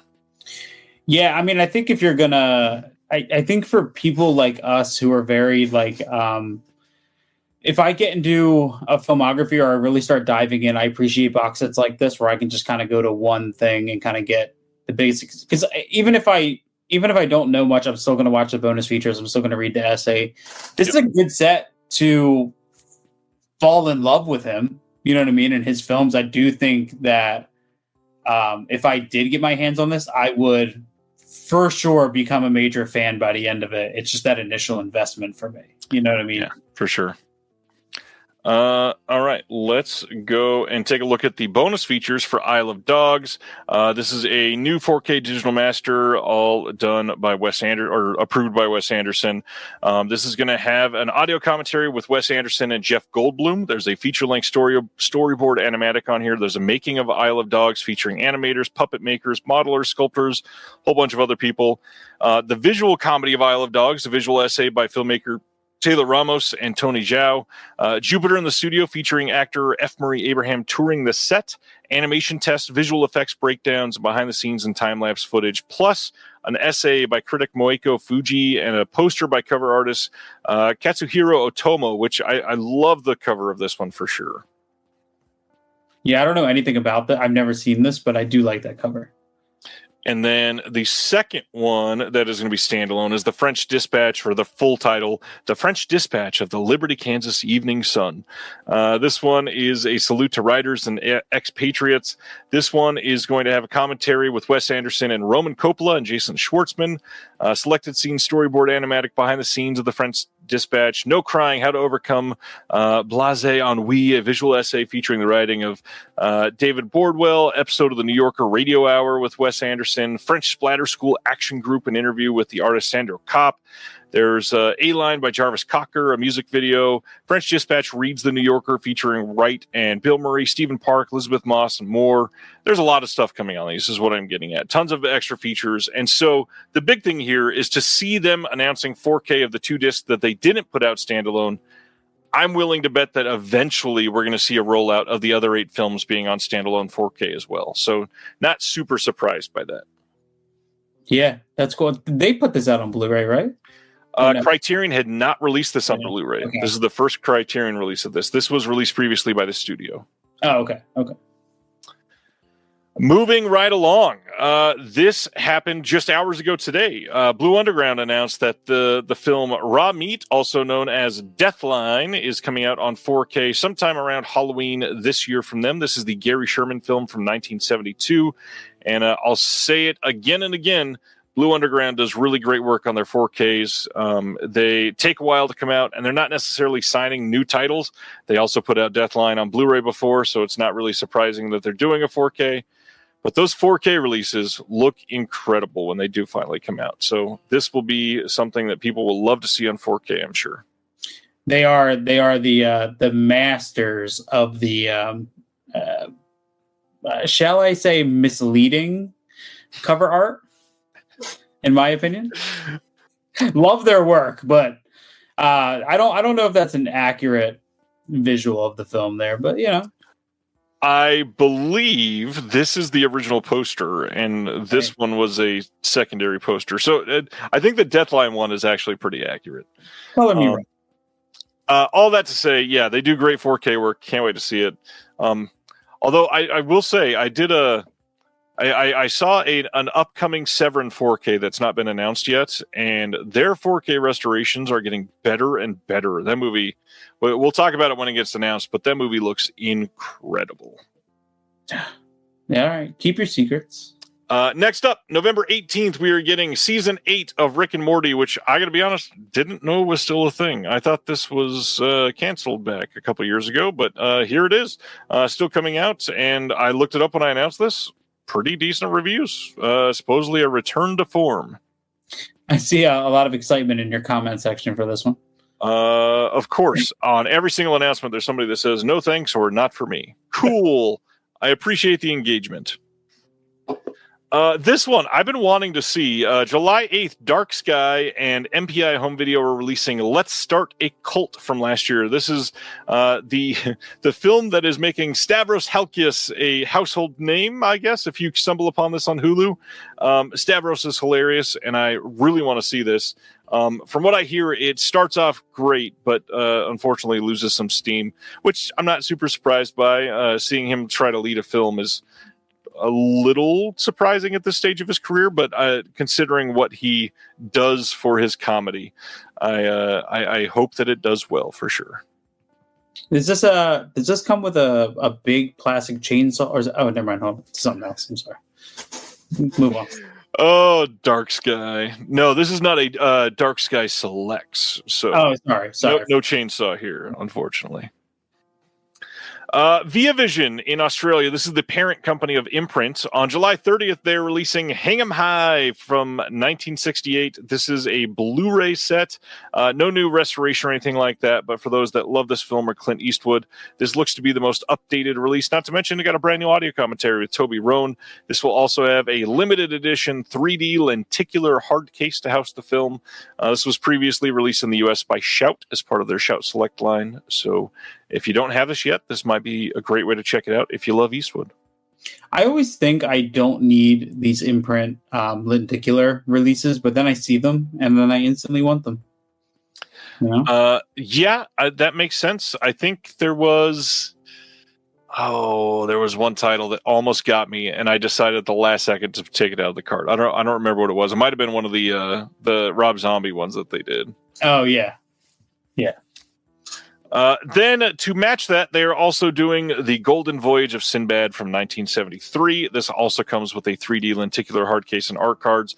This one will be limited to 2,000. No new extras on this one, no new restoration or anything. But for those that love Ray Harryhausen, I don't think his stuff is in print from pretty much anyone else right now. I think Indicator might have some of his stuff in print in standard editions, but that might be it. So if you really love Sinbad or Harryhausen, this might be the way to get this. All right, July 25th, we are also getting a Blu-ray and CD set or a vinyl from Mercury Records of Walking After Midnight, a live tribute, Walking After Midnight, a live tribute to Patsy Cline.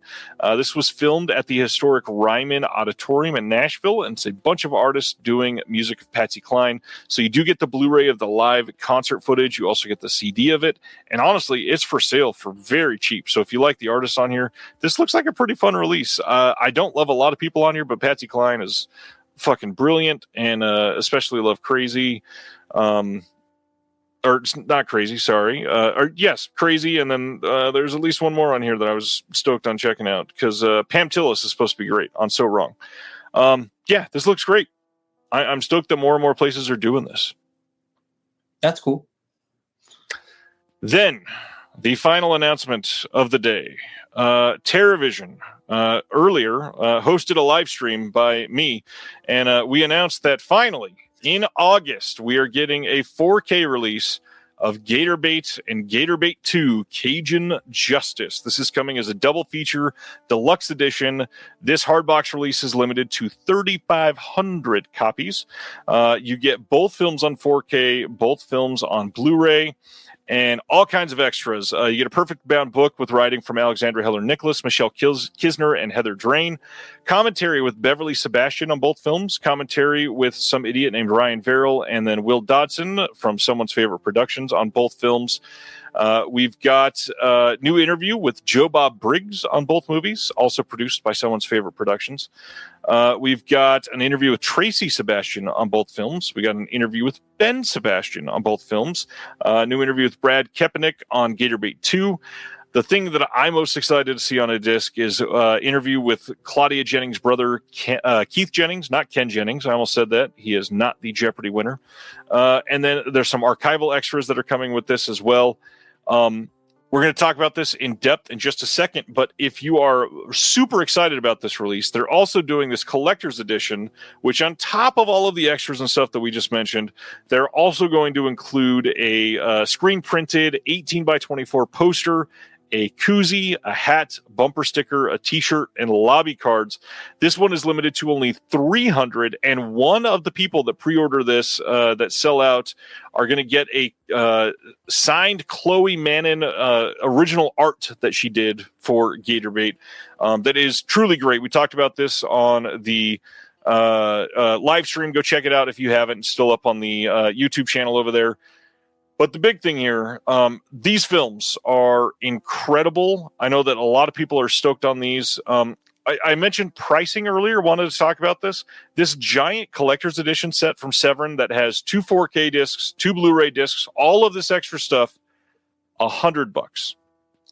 That is so much better than most other boutiques charge for something like this. And if you just want the deluxe edition that has the 2 4Ks, 2 Blu-rays, and the book and all that stuff, this is only $55. And this is something that was a lot of work to be able to hobble this together. Gary asking, so the sequel was made 15 years later. Yes, this is a direct sequel that was not planned at the original release of the first one. It just did so well, they decided years later to make a sequel. And it is a very different movie, but also another very good movie. There's so much that I could say about these. Just for the interviews from Joe Bob Briggs alone, I suggest picking this up. Sure, I'm biased. Will and I did the commentary on both of these, and I'm very, very honored to be a part of these. These are like exploitation classics, and it is mind-blowing to me to be able to be associated with these, to help produce the special features, to hire people to work on these. This has been a dream come true. Have you seen either of the Gatorbait movies? No. I'm definitely picking this up. One of my co-hosts on the show, Steve, he's very excited about these. So I am as well. He's seen them. And I was actually going to ask you, like, give me the Cliff Notes, but I was kind of reading the description on the side and I'm already sold. But dude, $55 is so good for that. Yeah. It is a really incredible price in 2025. I got to admit, I was shocked that we were going to sell it for that cheap. And then the big thing, not to like, I know I talked about the Deaf Crocodile subscriptions earlier, not to sell on the TerraVision subscriptions, but if you sign up to be a subscriber tonight with TerraVision, you can get this release for literally as cheap as $20, which is crazy. If you subscribe for their next 50 titles, you'll get 50 titles at $20 each, and you get the deluxe edition here. You don't get the bundle with the t-shirt, but you get the 4-disc, 4Ks, and Blu-rays and all that stuff for $20, basically. Even if you sign up for the 10-title subscription, which is $225, that's $22.50 per title. And to get a $55 release for $22.50 is wildly inexpensive. Yeah, this is awesome, man. Yeah, for those that have never seen Gatorbait or Gatorbait 2, I know Gatorbait 2 specifically was kind of hard to see for quite some time.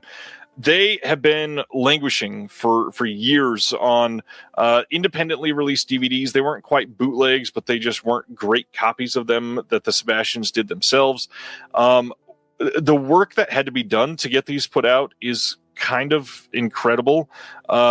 We came across the OCN and the interpositive for Gatorbait 2, and the final reel was missing for both of them, the OCN and the interpositive.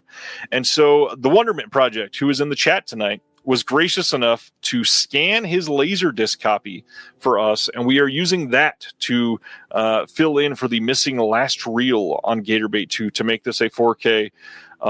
It is really, really crazy. It is something that's very important to preserve. So I'm glad that we were willing to do that, and Brian could help out. Brian, you're just an immense help on this. If you want to know more about these films, message me and we'll talk about it. It's pretty important, and I'm happy to discuss. They're great movies. I think that's all we got tonight. Thankfully, that is it. Yes. Let's talk about what's coming next week, in case you forgot. Criterion, Brazil 4K, Mishima, Life in 4 Chapters 4K, Shout, Bring Me the Head of Alfredo Garcia 4K, Monkey Shines 4K, RLJE, When Evil Lurks 4K. We've got the Lionsgate limited release of Freaky Tales 4K. That one is finally shipping. The Cruise from Oscilloscope. We've got Leaving Las Vegas from Sandpiper Pictures. We've got The Charge of the Light Brigade, Life Stinks, Malice, Great Balls of Fire, Midsummer Night's Dream, all from the same thing, Sandpiper Pictures, Rush, Roller Boogie as well, and then a whole bunch of anime stuff into a month of some really incredible releases. The very first week of June is not the big week, so be prepared, because you got a summer of huge titles coming that I am excited about. I see some questions in the chat. Sandro specifically, did I miss the Sleepaway Camp 4K from Scream Factory rumor post? I don't share rumors. I only go off of official announcements. When it's on their site on Monday, I will be posting those. Arrow titles have all leaked. Shout Factory titles have all leaked. We will be talking about those next week. I try to give them their due with the company so that they get their clicks. I don't need to take it from them.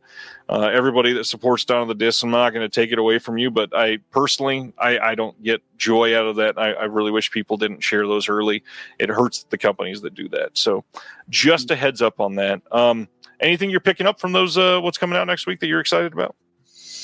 No, I have the umbrella release of Monkey Shines. I'm happy it's getting a US, current release. I don't really feel the need to upgrade that to 4K. And I did think about leaving Las Vegas, but I'm not 100% sold yet. Yeah, I feel like that one eventually could get like an actually good boutique release and not just Sandpiper. Yeah, and then the When Evil Lurks, a lot of people are excited just because of the slipcover and the look. That's one I don't feel the need. Like, I have the Shudder Blu-ray, which I think looks great. I just don't feel the need to upgrade that. You know what I mean? And to pay another $20 for that movie. Yeah, thankfully I did not get the RLJE or Shudder Blu-ray of When Evil Lurks, especially because the title wasn't on the spine. So I'm stoked that I was able to get that 4K. So I will be watching that soon. I love it. Is there anything? Do you know offhand? Is there anything new on it feature-wise? I don't know. I don't think they announced any features, so I'm waiting for it to come in for sure. Okay. Yeah. Ronnie wants to mention the Bottoms came out this week from Kino Lorber. Watching it looks great. A lot of extras too. Mine is en route still, and I cannot wait, Ronnie. I'm so stoked that this finally got a disc release. I feel like we waited ages. That's like they start the Fight Club, right? Yeah, Rachel Sennett. Yeah. Yeah. Okay. All right. All right. So tonight we are talking about a few releases from this year that are just incredible, like really well-loaded releases that people should check out. I am half cheating on two of mine, so just a warning on that front. But we're going to dive into it. First, your love of special features. How long have you been into audio commentaries and all that? Pretty much. When I started collecting DVDs, the first DVD I ever bought myself was Zack Snyder's Dawn of the Dead remake, and it was the one with the unrated cut on it. And I remember that was kind of like, it was that we actually talked before on the show about the little documentary that was on the Final Destination 2 release that talked about Herschel Gordon Lewis. Yeah. So that's when it started. But commentaries for me kind of started around the same time, because I was like, wait, I can watch the movie and somebody involved in the movie can tell me, how they did it. Right. And that's really when it started. I have a tendency to kind of go back at a later time. Like I'll watch a movie, dive into all the bonus features, and then months later when I'm like, oh yeah, that's kind of when I'll revisit the commentary. Sometimes it's tough. There are some commentaries that are fantastic, and then others are sort of just, not. It really just depends on the movie for me. One of the titles that I picked for the discussion, I really love when a commentary paints the picture of, or like a portrait of that time in that genre filmmaking, and can teach me about the genre as a whole instead of just the movie. Especially with us who collect a lot of movies that don't have a ton of info behind them. If you can paint me a picture or a view that I haven't seen the movie in before, that's what I enjoy the most, more than, oh, hey, this shot was done on Studio A and you know what I mean? Right. Do you just want me to talk about that first one that I picked? Go right ahead. Sure. So we already talked about it once. It's the newest indicator of Girls Without Shame. And I'll tell you why, because more interesting to me than just learning about Jean Rollins is learning about kind of where French sex films were at this time, because I'm not exposed to that genre as much. Right. And there's a couple of wonderful interviews on this disc that I really, really like. But for me, it's the booklet, which I can't show because it'll be not on Roland, yeah. Yeah.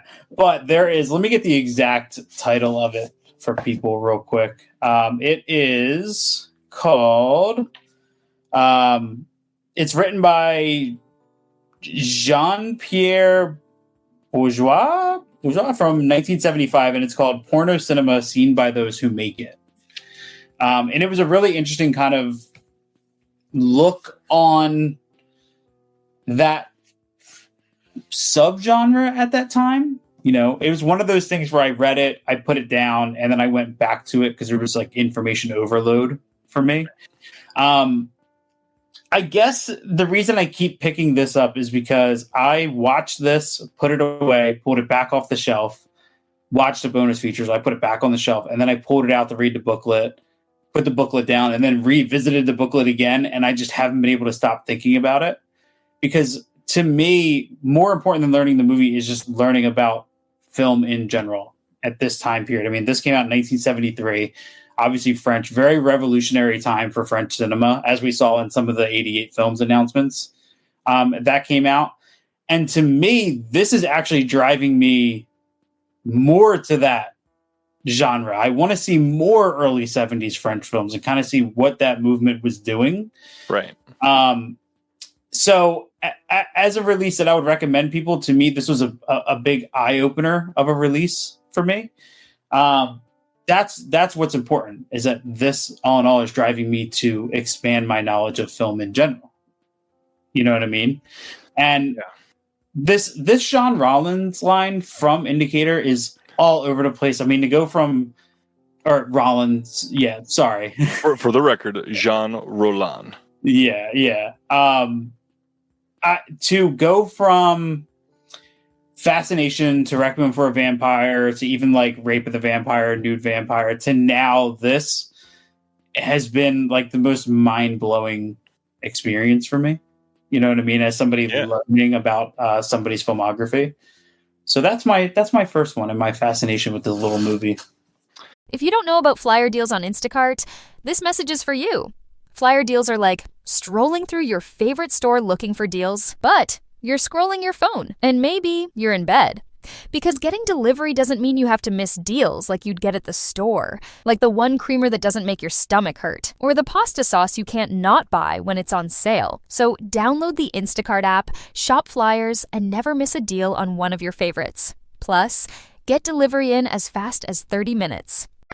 And not to mention, the big thing to mention is Indicator has a history of this. All of their releases, I show it every single time. If it's a pickup or if we're discussing it, they have a text box on the back of every release that is encyclopedic in length of what they're doing for extras. I mean, the back of this one guaranteed looks exactly like all the other ones because they spare nothing.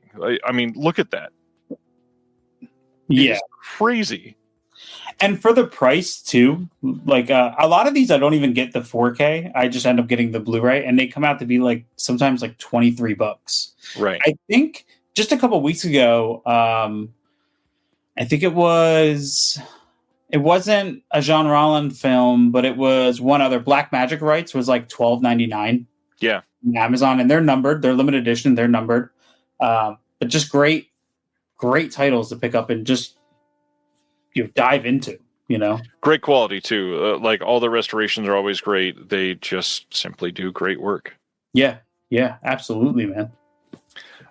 So again, my first title is one that we talked about earlier, but I kind of want to go a little bit into detail for Inflatable Sex Doll of the Wastelands. This is a Deaf Crocodile release that just came out recently, like within the last 60 days.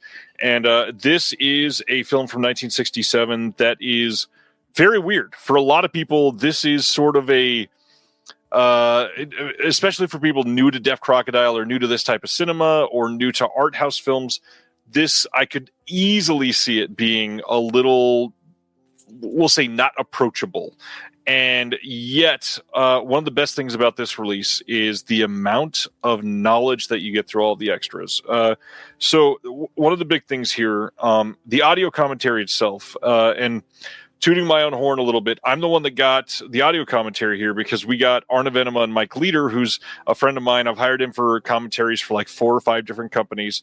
And they, for anybody that's never listened to a Mike Leader and Arna Venema commentary, they usually talk quickly and sometimes talk over each other. It's literally just the passion about the film, like bubbling out of them, that they are fighting to like, no, we got to jump in here and take care of this because there's so much I want to talk about. And it is so much in this commentary because they speak so quickly. It is difficult to keep up with. You can literally keep a notebook out while you're listening to the commentary and take notes of, I'm not kidding, more than 50 films that you're going to want to watch after this because of what they are talking about. And the things that they talk about are important because you have an incredible director that is attached to bigger films that you've probably seen because the biggest one is he also wrote a film that's in the Criterion Collection. You've got the whole genre of pink films, which this one's kind of weird because it's a very early one that's not quite like a normal pink film. It's very art house and not super sexy, even at the end, which is where like some of the nudity comes in. There's not a lot of it. It's just an overall weird movie about somebody that promises that they're going to kill somebody every day at 3:00, and it's great. And this thing, the commentary itself is like the best lecture that you could get from any film school. Arna and Mike deliver all of the knowledge you could possibly want. And then Will and I did a visual essay on this. I'm not going to, say my stuff is the most educational thing in the world, but I really love what we did with it. Will wrote a really great essay. I hope people like that. But then we do even more. We've got a new video interview with the film professor, Alexander Zoltan on a pink film subgenre, which is really great. And then I have to hype the person that we talk about all the time with Deaf Crocodile, Walter Chaw. He wrote an essay on this, like he literally does for every single Deaf Crocodile release. And this is a given. He is permanently hired to do an essay in every booklet because Craig loves Walt Chaw. And Craig introduced me to his work, and I was enamored immediately. Every single essay that I've read from him is breathtaking, is motivating, is teaching you to watch and understand film in a way that you normally aren't going to like pressure yourself with. And hearing him speak on these things is just a completely different experience. And I completely hope that people actually take the time to read his essays because it is immense in scope. It is immense in knowledge. The amount that he's able to, metaphorically deliver sometimes is just incredible. He does so great with everything from, silly animated movies like The Toon that Deaf Crocodile put out to these sort of deep, complex masterpieces. And I just every single time I'm blown away by what I'm able to read from him. So I'm excited that you showed off that you got this tonight because this is even if I had not done anything for this release, this would be one of my favorites from the entire year. I remember jumping into. I think you and I think Will was on the show when you guys were talking about that. That was the night that I decided to pick it up because you guys were talking about. I knew nothing about the movie. I just knew the amount of work that went into the bonus features, and that's what sold me on it. Because I love nothing more than watching a movie and then just diving in and listening and reading everything I can to help shape my view on that. Yeah. So I loved it, man, and I'm so excited to get. I actually might watch it after this. Honestly, it's been a long day, but you're off for the next 3 days. Why not? I might as well just do it, right? I might as well. Hope you love it. And it's funny too because I didn't want to let Will down. He had also mentioned about the unboxing videos I do on Instagram, and I promise him if he's still out there is one coming. It's very cinematic. I think he'll appreciate it. So. Was that word specifically used there? There's one coming. Yeah, one. Yep. My finger on the G spot of the unboxing experiences. Good Lord. Yeah. All right. Your second title from this year. Yeah, I mean, I'm going to go with a label that I feel like consistently puts out some of my favorite reading materials, and that's Second Sight Films. And I'm going to go with The Brood on 4K. One, because this needed a 4K. I was patiently waiting for anybody to do this. I constantly feel like Cronenberg, sometimes it's a stretch, right, to take a academic dive into a movie. Sometimes like there's not a lot of depth there. And then you have filmmakers like Cronenberg who it's like part of the experience is diving into it, right? It just comes like the nature of the film. There is a fantastic new audio commentary on this release. I know Kat Ellinger is one of them. The other is Martin Conterio. I hope I said the name right. It's a fantastic audio commentary, one that actually is I consider kind of like a companion to the movie. So it works very, very well. But in this booklet, this is a book. I don't say booklet. Yeah. There was a write-up in here. I'm going to find it right now. And it was Jen Adams wrote, "Loving the Children of My Rage, a powerful response to David Cronenberg's The Brood." I wasn't expecting a story or a written companion piece to this movie that was so incredibly personal and actually kind of like very kind of hit me emotionally. She talks about the similarities between the relationships in this movie to what she went through in real life. And I feel like that's something we don't get a lot of times with these films. You know what I mean? Like when you read these write-ups, they're essays, they're examinations. Genuinely made me go back and watch the movie again and kind of look at it. And the whole time I'm just thinking like, I can't imagine being in this situation. And then to me, it's even more powerful to then take your experience you go through and put it onto words and then have it printed for the masses to then consume. Yeah. I'm very lucky where I don't have children. I haven't had, crazy relationships or anything that allow me to emotionally connect to the movie on the depth that she does. But simply reading that write-up to me kind of felt like I could. You know what I mean? Of all the booklets that I read in a given year, that stands out to me so much. It's probably one of my favorite write-ups I've read in a really long time. So I couldn't not talk about that as a beautiful addition to an already fantastic release, man. Like this release was so good. Yeah, Second Sight just kind of always does great work for the most part. I think there's only one or two releases on the extras that I was kind of underwhelmed, and mostly because it was just there was a lot of them that they were mostly archival. But booklets are always solid. Wanted to point out, I believe Martin Conterio, who did the commentary with Kat, I believe is Kat's husband now. Okay. I believe they got married. So probably hear them together on a bunch of things in the future. And yeah, like Craig said in the chat, Steve Bissett wrote an almost 700-page book on the Brood. So check that out if you have never heard of that. Wow.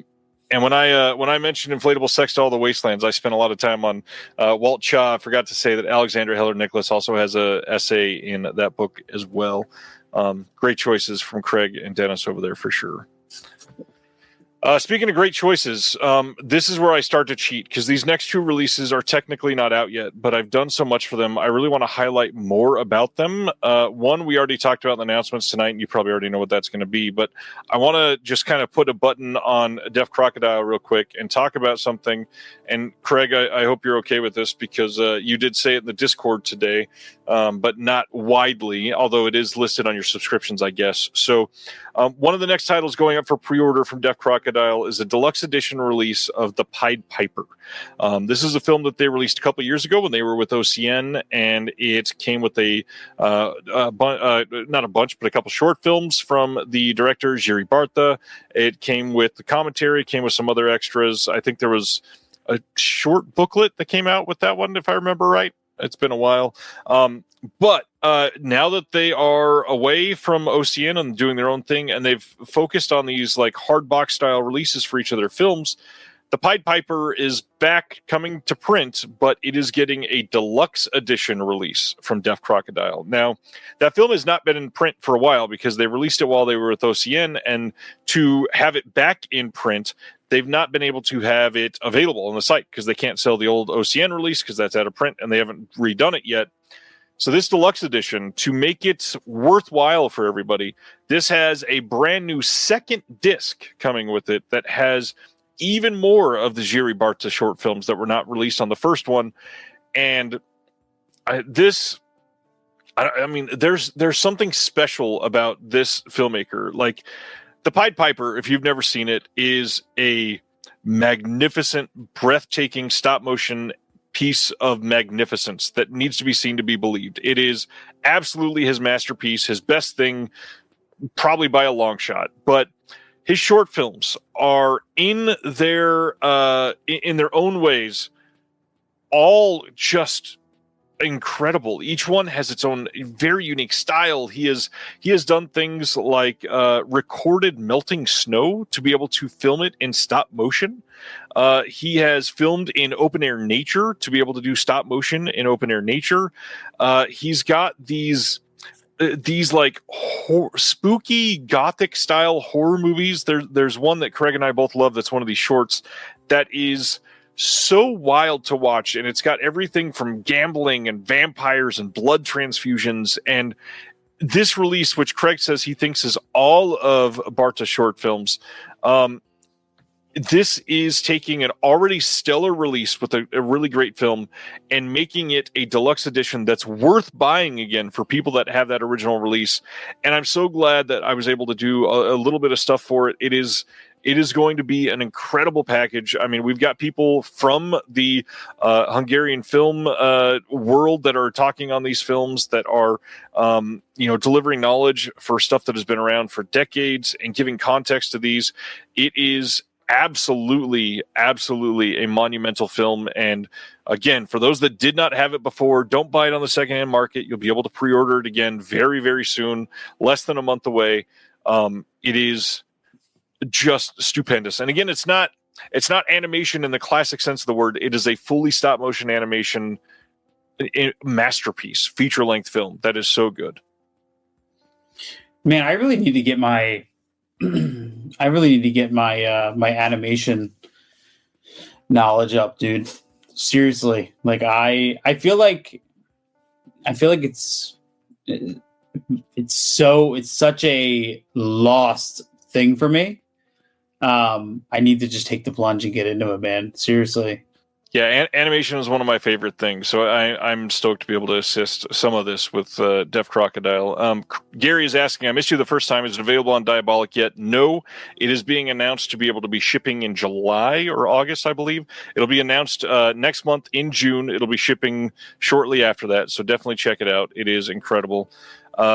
Vispian is saying, I'm hoping Yuri Bartza gets to finish his final film, The Golem, one last hurrah. And actually, it does get referenced, at least in a visual essay that is on here. Somebody close to Yuri was able to speak on it a little bit. And same thing, hoping that it comes out as well. So, yeah, it's incredible. One thing that's great is like when I got inflatable sex doll, I live, I think I mentioned this before, only a town over from where Diabolic's out of. So shipping for me is so fast. It's just like, I literally will get the shipping notice and then it's usually delivered next day. Like, yeah.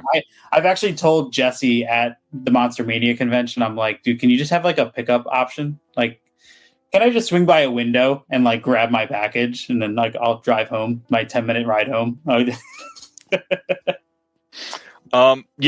So Pied Piper should be up for pre-order, I believe, the third Friday in June. Check it out. It is going to be an incredible release. The art for it, oh my gosh, you guys are not ready. The deluxe art is stupendous. All right. Your turn. You got one more. I do. Yeah. More because of the celebration behind it. But I really want to shout out Ignite Films for this release of Reanimator on 4K. This movie looks fucking incredible, dude. Like, I am not the guy to look up side-by-sides for restorations, but oh my God, when I did, I was blown away. I had the Arrow Blu-ray of this, and this is a very worthy upgrade. But here's my favorite part of it, right? At this point, like, I read the Naked Theater and Uncensored Horror book, Stuart Gordon's book. He doesn't go too heavy into Reanimator, but I feel like everything that could be known about Reanimator is out there. Right. This release is much more just a celebration on the legacy of Reanimator than anything else. And it's almost like a for the fans, by the fans. It has nearly 3 hours of newly produced bonus features. I think it's interviews. There's also, I love that this has the 1977 documentary about Gordon's Organic Theater Company. It has some insights into the musical, the legacy. There's a great conversation with Jeffrey Combs, Barbara Crampton, and Brian Usna. A new interview with the editor. In my opinion, this is the ultimate release for just celebrating the legacy of this movie. And I think if you're a fan of Reanimator, this is the perfect release for you. And I think if you're discovering this movie, this is, again, the perfect entry point. I did think it was a little bit expensive, but it's a lot of it expensive. What I did not get the bobblehead. I just went for the gusto. The book is good. It is a nice hardback book. It's a little bit more basic insight into the movie. It doesn't really go too crazy. I did like that they kind of went into the history on Barbara Crampton and her evolution as an actress, and same with Jeffrey Combs through his evolution, which I like. Given no spotlights, I really liked. But yeah, I just think it's I don't know on your end. I felt like there was a lot of hate for this release briefly, and I couldn't understand why. Was it more confusion that Ignite Films put it out, or because now everybody's loving that they're doing Bride of Reanimator? Well, nobody's loving that yet because we don't have details yet. But I think people are excited to get a 4K of that and have confirmation. I think the big thing is Ignite Films had not made a big enough splash to feel like they should get Reanimator. And the hard part is a lot of people didn't know that Ignite Films is working closely with Brian Usna. Like they have supposedly his catalog. It seems likely that they'll probably do Society as well. The other big thing is I think normalizing prices that are You said a little bit expensive. I would say fucking insane. Reanimator is a great film. This release is stupendous. They did a lot of work on it. I'm not taking that away. But Reanimator will also sell like 12,000 copies of a limited edition title, and they're charging $80 for that. The standard edition for the 4K is $50. Mm-hmm. The standard Blu-ray is $40. That is stupid money. That's not something that we should be selling out. And I'm a hypocrite. I'm holding it right now. At first, I decided I was not going to support it. And then literally a couple people that I trust said, this is an incredible upgrade and you would be insane to not have it. And so I kind of let that get to me, and I know that they're likely not going to go on sale, at least for the limited edition. But I mean, when Craig and Dennis can put this out for less than $30, and you get a deluxe edition with the hard box and a booklet that I think is on par to deliver the context of a film like Reanimator, that to me, it is absolutely horrendous to sell something like that for $80. When we're talking earlier about TerraVision putting out a 4-disc release of Gatorbait and Gatorbait 2 for $55 with tons of work done to go from literally an independently released DVD to a 4K incredible upgrade, and they're able to sell that for $55, that is embarrassing for companies like Ignite to charge $80, for companies like Vinegar Syndrome to put out a 1-disc 4K release and charge $50 for it, for a company that is not super set in their ways and have people look at them and say, I can trust you. And in fact, somebody just asked about their bobbleheads. I know that we're going through a trade war and, you know, those were all made in China and all that stuff. But the fact that they are also delaying that release and it hasn't even been sent out yet to everybody, that's the sort of thing that loses trust in people. But an $80 release, which is your third release ever, and it's literally like twice as expensive as those other two releases, that is crazy pants money. And to sell one movie for $80 is something that I don't know. I don't think that we should be normalizing. What is your take on, I guess, kind of branching off from this? When you look at a company like Celluloid Dreams, who does charge, you know, $50 for $55 for, you know, a 4K that does have new bonus features and all of that stuff. I mean, is that another company that you would kind of put in the same ballpark? Or because Case of the Bloody Iris wasn't cheap, and neither was Short Night of Glass Dolls. So I have Case of the Bloody Iris. I do not have Short Night of Glass Dolls. I do think that so far Celluloid Dreams has been too expensive. One thing that I think needs to be normalized is how much things cost. There's not a lot of transparency in the boutique world, and so I'm just going to share right now. I'm not going to name any names for companies, but I'm going to let's talk about some bonus features. So a lot of times people talk about how much it costs to do bonus features, and as somebody that does not treat this as my day-to-day job, and I couldn't because it pays such shit, a lot of these people that are really great at commentaries, that are professionally doing commentaries, are maxing out usually at about $500 for a commentary. Mm-hmm.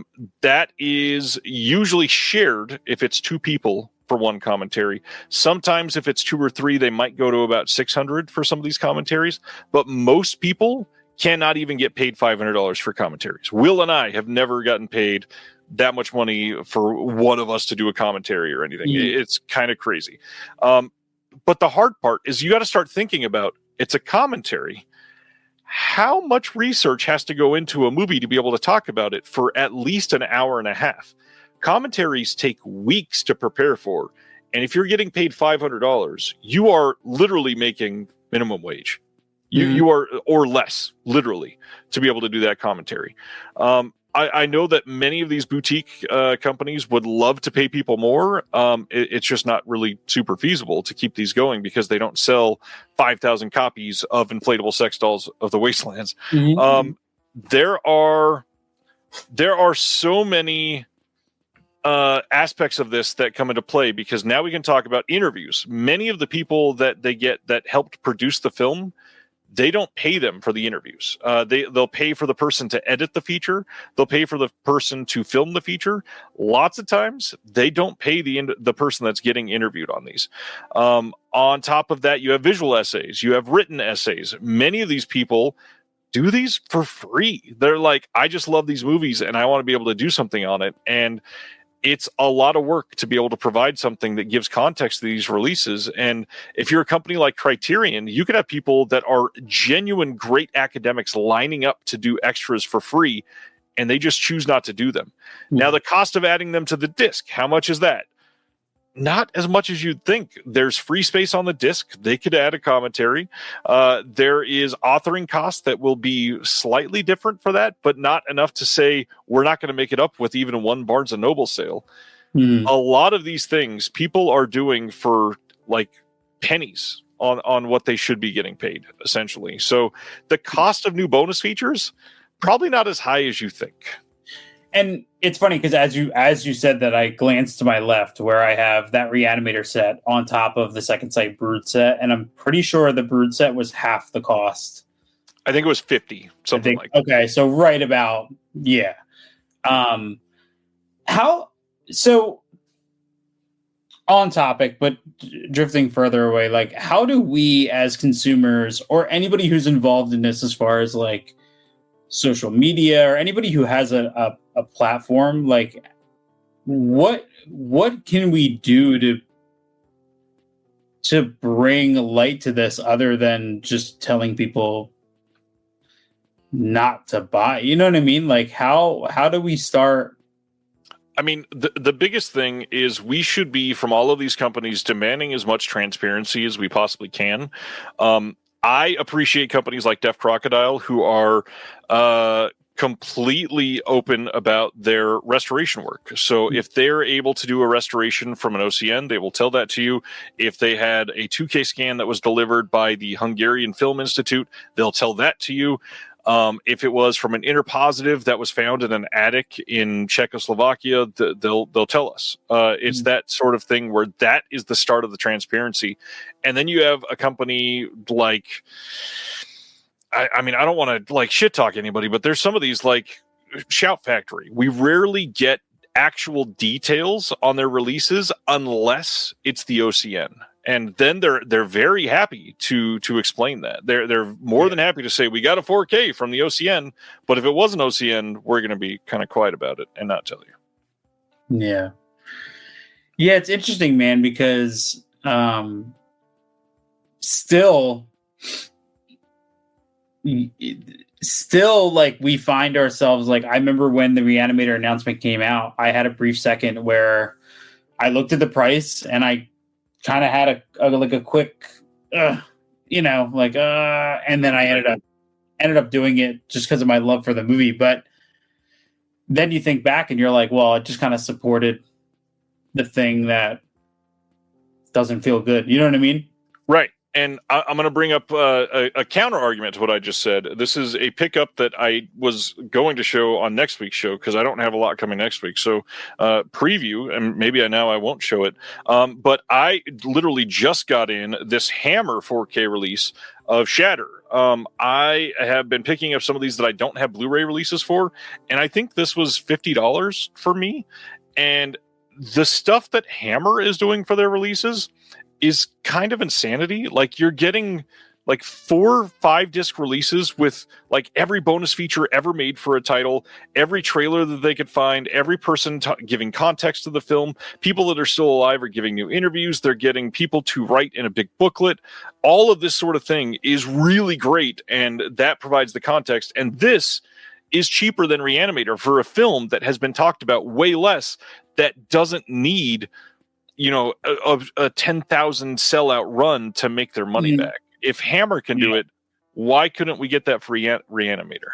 Well, just to create a counter argument, because I've heard this before, and I agree with you, but then some people will say, well, Hammer already they're not paying for rights. You know Well, what I that's the mean? thing. They could still jack up the price. I'll give the example in response to that. Lionsgate owns Vestron, and every single one of their titles, they charge upwards of $25 to $30 for now that they're back and locked into the Lionsgate limited site. And, they had a run for like 8 spines that they put out that were pretty cheap. But before that, they were all about $30 when they were released. They didn't have to pay licensing for any of those. And a lot of them didn't have great restorations, and they didn't have a ton of extras. Why are they charging $30 for a cheap slipcover for a film that they didn't need a license? Yeah. No, you're right. Yeah, but FOMO is definitely a part of it. Yeah, it's just interesting, man. And I wanted to ask because obviously you have much more insight than I have on it. I don't buy nearly as much as friends of mine do. You know what I mean? Jesus Christ, Danny. I'm sorry to interrupt you. Danny from Australia just commented, Ignite doesn't even ship to Australia. Reanimator from other sources, so it's the Ignite release from other sources, are charging 200 Australian dollars for the deluxe limited edition. Christ. I even think about, like, just because you mentioned Australia, I even think about, like, I think I paid $70 for the Super Mario Brothers 4K, the one-up box, and that was on sale. Which, yeah, but like for what you get in that set, you know what I mean? For the $60, I felt the book alone, you know what I mean, that came in it. But yeah, I guess it depends. I don't know, man. I mean, it's just such an interesting. It makes me wonder. Like, it makes me wish Ignite could come out and be like, "Hey, we've made millions of dollars from this." Ha ha ha. You know what I mean? Let's be honest. Nobody in the boutique world is making millions of dollars on a single release. However, we can look at straight numbers, and I don't mean to, like, I'm not. We'll say one of the bigger boutique labels last November sold out of an exclusive title that they released in November and sold like 12,000 copies of a brand new limited edition set, plus another like 1,500 or 2,000 copies of a standard edition in 36 hours. And if you add up how much that costs, in one title in 36 hours, they made more than $500,000. Now, that being said, that's not all profit. I get that. I guarantee that the licensing, because it was a big mainstream title from a big director, was probably pretty expensive. They probably had to pay a lot to Paramount to be able to get that title in their lab, to be able to take care of it. The picture of that sitting in the outgoing leaked. Everybody knew it was coming. It was a big deal. That being said, they did not have to pay anywhere near $500,000 to talk about to release that film. It is nowhere near that. They made more money in one 36-hour sale of one title, of which at that time they released like 11 titles, than most of these boutique companies will make in a single year. That needs to be something that people are understanding, is many of these companies are struggling to survive. And all of us that are all foaming at the mouth for a release of a Michael Mann film from the 80s that is a jumbled mess could go to support many of these smaller boutique labels that deserve a lot of that money. It is really crazy to see companies like Third Window out of the UK, and to see Adam, who just celebrated 20 years of Third Window films, sitting on titles that are limited to 2,000 copies multiple years after they're released. Literally. Yeah. And they're great films, and he's a one-man company. And without him, there are tons of films that would have never gotten a great release. I mean, one of my favorite films from the last 10 years, which I freaking love, if you had not had Third Window Films give a lot of love to the... what it is, the title that I'm thinking of, the Hollywood edition just came out recently, and I don't know why I'm not thinking of it. The Japanese movie, 1 second, please. I don't remember what it's called. One Cut of the Dead. Third Window Films made that title explode. It is crazy that they could, like, from that one title that did very well, that subsidized probably a year and a half of Adam keeping Third Window alive. But they've got titles that people just won't support because they're not Reanimator. And yet people are clamoring to spend $80 on Reanimator. And so, Gary, yes, for some companies, those big wins subsidize the lesser titles. But at the same time, some of these bigger companies are literally paying nothing to license these lesser titles. They're paying very little. It is crazy. And the reality is, from that one title, I don't know the answer. I'd have to ask about it. But like, all of the licensing for the entire year was probably paid by what they made from that one title. And think about now, they're going to charge $80 for Bride of Reanimator. If they do Society, there's another $80 title. Yeah, it's, and then it makes me think, because obviously I'm a huge supporter of Severin, and people always are going to complain, but I saw people complaining about, the $160 price tag for the Black Emanuel set. And I remember just being like, did you guys see what's here? Like, right. 160, like, we talked about Severin and how great their prices were for what they had coming out for their newest slate, So sometimes I think it's perspective. It's pulling back and kind of looking at everything from a point. Even like I always forget his, like, Cliff Twemlow. Is that how you say the name? Yep. Even that being, I think, how much was that set? Like less than $100, right? I think it was like 80.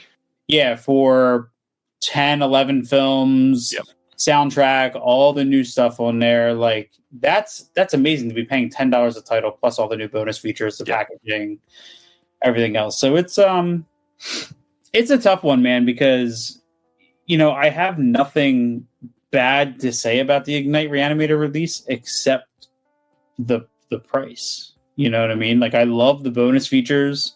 As a massive fan of Reanimator, I love the release, and I think at that time I was just more excited, so I didn't look at the price in that way. But now looking back, I'm like, well, and I should say, I'm not looking down on you or anybody that was excited about Reanimator and bought it. I'm not questioning your ability to do it. I'm more worried about what we just said about Bride of Reanimator. Bride of Reanimator, I like the movie. It's a significantly worse movie than Reanimator. It is much worse. Bride of Reanimator does not deserve an $80 4K. However, it is quite likely that it is going to be released by Ignite for the exact same price, because they saw that they could get away with it. But and the other thing to remember too is I get messages anytime I put up a picture of my collection about the Arrow Bride of Reanimator limited edition Blu-ray I have. And people had offered me like $120 to sell it to them. So people are willing to put out more than that just to get that original Blu-ray release. So then you put that into the equation. You know what I mean? It gets because, like, for transparency, I actually sold my Arrow Blu-ray set to a friend of mine, and I ended up only paying $10 extra for this 4K release. Yep. I didn't create that price for him. He was like, "Hey, look, this is what I'll sell. This is what I'll buy it for you from." And I was like, "Yeah, that's cool." I think I paid $60 for it, like maybe 4 years ago. You know what I mean? Like on the resale market. So, what's really cool is the Arrow Reanimator release is the first title that got me back into boutique collecting way back in the day. And there was an error price on Amazon. I got the limited edition of Reanimator for $16. Man, dude. Oh my God. I don't know, man. I even think about, I don't know if you remember. I'm trying to remember how much I paid for the second sight Dawn of the Dead 4K. When it came out, it was $112.99, I believe, or $112.50. $112. Yeah. Even that I feel a lot better about.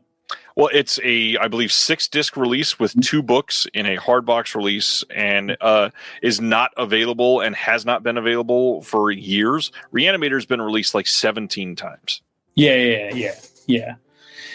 I don't know, man. Interesting. I was not expecting this discussion, but me neither. Because when I saw them announce Bride of Reanimator, I was like, all right, that's cool, but I don't know if I like Bride of Reanimator. I hate Beyond Reanimator. Society is cool. I just rewatched Society like a couple mornings. Actually, Memorial Day morning, I watched Society. I figured there's no better way to celebrate people like my dad and my grandpa than watching a shunting. But like I watched that Arrow and I was like, I don't know if I would ever really need this in 4K. You know what I mean? So we got a comment from Jake here that says, I don't mind the higher price since they are only doing 1, maybe 2 titles a year. It needs to keep the lights on. And I got to be honest, Jake, I don't want to like say this is a bad take or anything.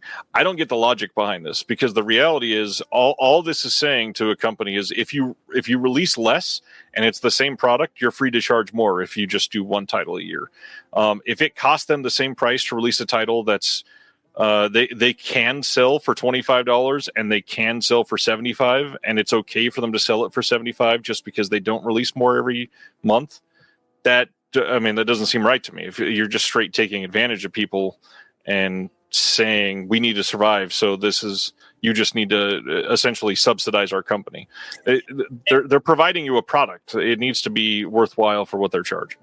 I think the other way to look at it too is like basic business practice, which is if I'm going to charge $80 and I sell 6,000 of them, what if I charge $40 and I just sell 12,000 of them, because I'm opening up that accessibility? You know what I mean? There are so many people who could not afford that $80 price tag who are not going to buy it. Now you cut that in half and you just aim to sell double, especially with a title like that. Right. You end up in the same boat. So I get if you're going to release like a title nobody's ever heard of, I can understand, but Reanimator, I'm sure easily at half the price could sell the same or could sell double. You know what I mean? Creating more. But What's crazy is obviously we'll never know the answer to this, but if you actually price it out and look at the numbers, I'm willing to bet that the number of people that would buy a deluxe Reanimator at $80 is pretty close to the number of people that would buy a deluxe Reanimator for $50. But when you break it down, a lot of us have monthly budgets of what we can spend on this. Mm-hmm. And for the amount of people that could get an extra release from a small company with that extra $30 that you're charging them, you're talking about, I don't mind the price because it's keeping the lights on because they don't release as much. If they're charging $80, how many companies are they putting out of business because other people can't support Third Window Films or Deaf Crocodile or TerrorVision or some of these partner labels through OCN that only do 5 or 6 releases a year, or a company that is independently doing everything on their own and barely putting anything out, and they only charge $20. I mean, look at the company that we just got this double feature from South America from that is absolutely incredible. It's not great to give them an out like that logically when so many other companies are struggling to stay open while trying to release as much as they can. Yeah, and I just want to I want to see if I can find it just so people know, because I don't think we talked about the price. We've been talking a ton about inflatable sex doll, the Wastelands. That's $33, $33.95. Yeah, that's crazy, man. Like how affordable that is, for what you're getting. And yes, it's a lesser known title, but $33. If I had $33 open up in my budget, I'm sure I'd be, supporting even smaller labels too, I don't know. It's like you said, though, I do think it's dangerous because it's going to prove the labels that like, hey, we can charge more for this. And it has proven that. We've seen some of these companies get openly greedy. And when a company comes out on their 3rd release and charges $80, that should be a giant red flag for a lot of people. Well, I'm trying to remember, their release of Invaders from Mars was not $80, I don't think. No, it might have been 40 or 50 at That's most. what I thought. I thought it was like $44, and it was a big box release, right? It was pretty... It was not a big box release. It was a shitty slipcover in around a 4K case. Okay. Yes, that's still expensive. Yeah. It's expensive for what it was, but it's not like, oh my God, nobody's charging this much. Yeah. I don't know, man. That's I was trying to look back to see if like anything else. I guess. Yeah. I don't know. I was trying to see if I can find another example. But Screen Factory is my big one right now. They've raised the prices across the board on all their 4Ks, and now like a regular 4K disc that comes from them with no new extras is $40. Oh, when I upgraded my copy of The Burning to the 4K in preparation for our podcast episode, and I gasped when I went on Amazon, and that shit was still over $30. I was like, Yep. Whoa. I was like, oh my God. Every time, it's been a long time since I bought something new from Screen Factory, because their price is always like I want What Lies Beneath on 4K. It has a nearly feature length documentary on it. I love that. I'm not paying $40 for it. I think I am about to have it. I think the only reason I'm getting it is because it was a part of the Target buy two get one sale, and got in the pre-order for a much cheaper price. I'm not going to be buying it brand new from Shout Factory ever. There's no reason to. Yeah, same with like they put out like from Shout Factory. They put out Alexander, which was one I was like, oh, that's a cool 4K. Even like the Blaxploitation Classics sets, like yeah, it's not a bad price. I was like, but same with, and I don't know, I think you probably talked about it last week, but like you and I talked briefly about the Bava set that they announced. It's funny because like I look at a set like that and I want it so bad, but I still haven't pulled the trigger on it. I want those movies. I don't care. I don't need them on 4K. Right. But then I'm thinking like, is this worth after everything? It's $199 or $197. Yeah. You know what I mean? For 12 movies, it comes out to be like $14 a movie. But still, man, it's like, and then I always feel like they're aware, because then they make it a site exclusive. They limit it to 2,500. So they add these little tiny things that make you, oh man, it's limited. Oh, it's only a site exclusive. Okay. Yep. So, I don't know. This was a hell of a conversation that I did not know was going to happen. 3 hours and 3 minutes. And I'm pretty sure all 3 episodes of this I've been on have ended like this. That makes sense. And I still haven't even talked about my third title. So I'll just... oh my God, please stop. I'll just really quickly share, because it fits right in with this. I know I mentioned it talking about the good pricing, but I really want to highlight Gatorbait, because I don't think this is a big enough deal. I know that we, just announced it tonight. It's not like getting all the press or anything that it's needed to get yet. It hasn't even had a day to live in everybody's minds. Oh, you got Spider Labyrinth. Thanks, Kubrick lover. Hope you check out that visual essay and commentary. It's a great release. Gatorbait 1 and 2 are films that are this like redneck exploitation that doesn't get covered in a great way, because it's very specifically Bayou and Louisiana complete through and through in a way that is captured beautifully. I mean, for those that have never seen these movies, like Claudia Jennings in the first movie is a badass that is driving this fast as hell boat, like actually driving it herself through these swamps. She is incredible in that first movie. It's framed like this movie that's going to be like leering and very like male gaze type of film, and it's not even that first film is not even truly like that. Like there's a couple scenes that are maybe ever so slightly titillating, but then the second film comes in and it gets very sleazy. The second film is a very different tone altogether. These two movies together are telling this very long connected story of this like enduring family legacy in the swamp that people can't escape. They're clearly living in poverty, clearly living in a lifestyle that's not real great for them, but there's just nothing that can get them out of it. And the extras that are on this. So, I mean, to be able to have Joe Bob Briggs speak about both of these movies specifically for this release is legendary. The fact that we have Beverly Sebastian doing a brand new audio commentary on both of these movies, it's not going to be as great as it would have been in, say, 1975.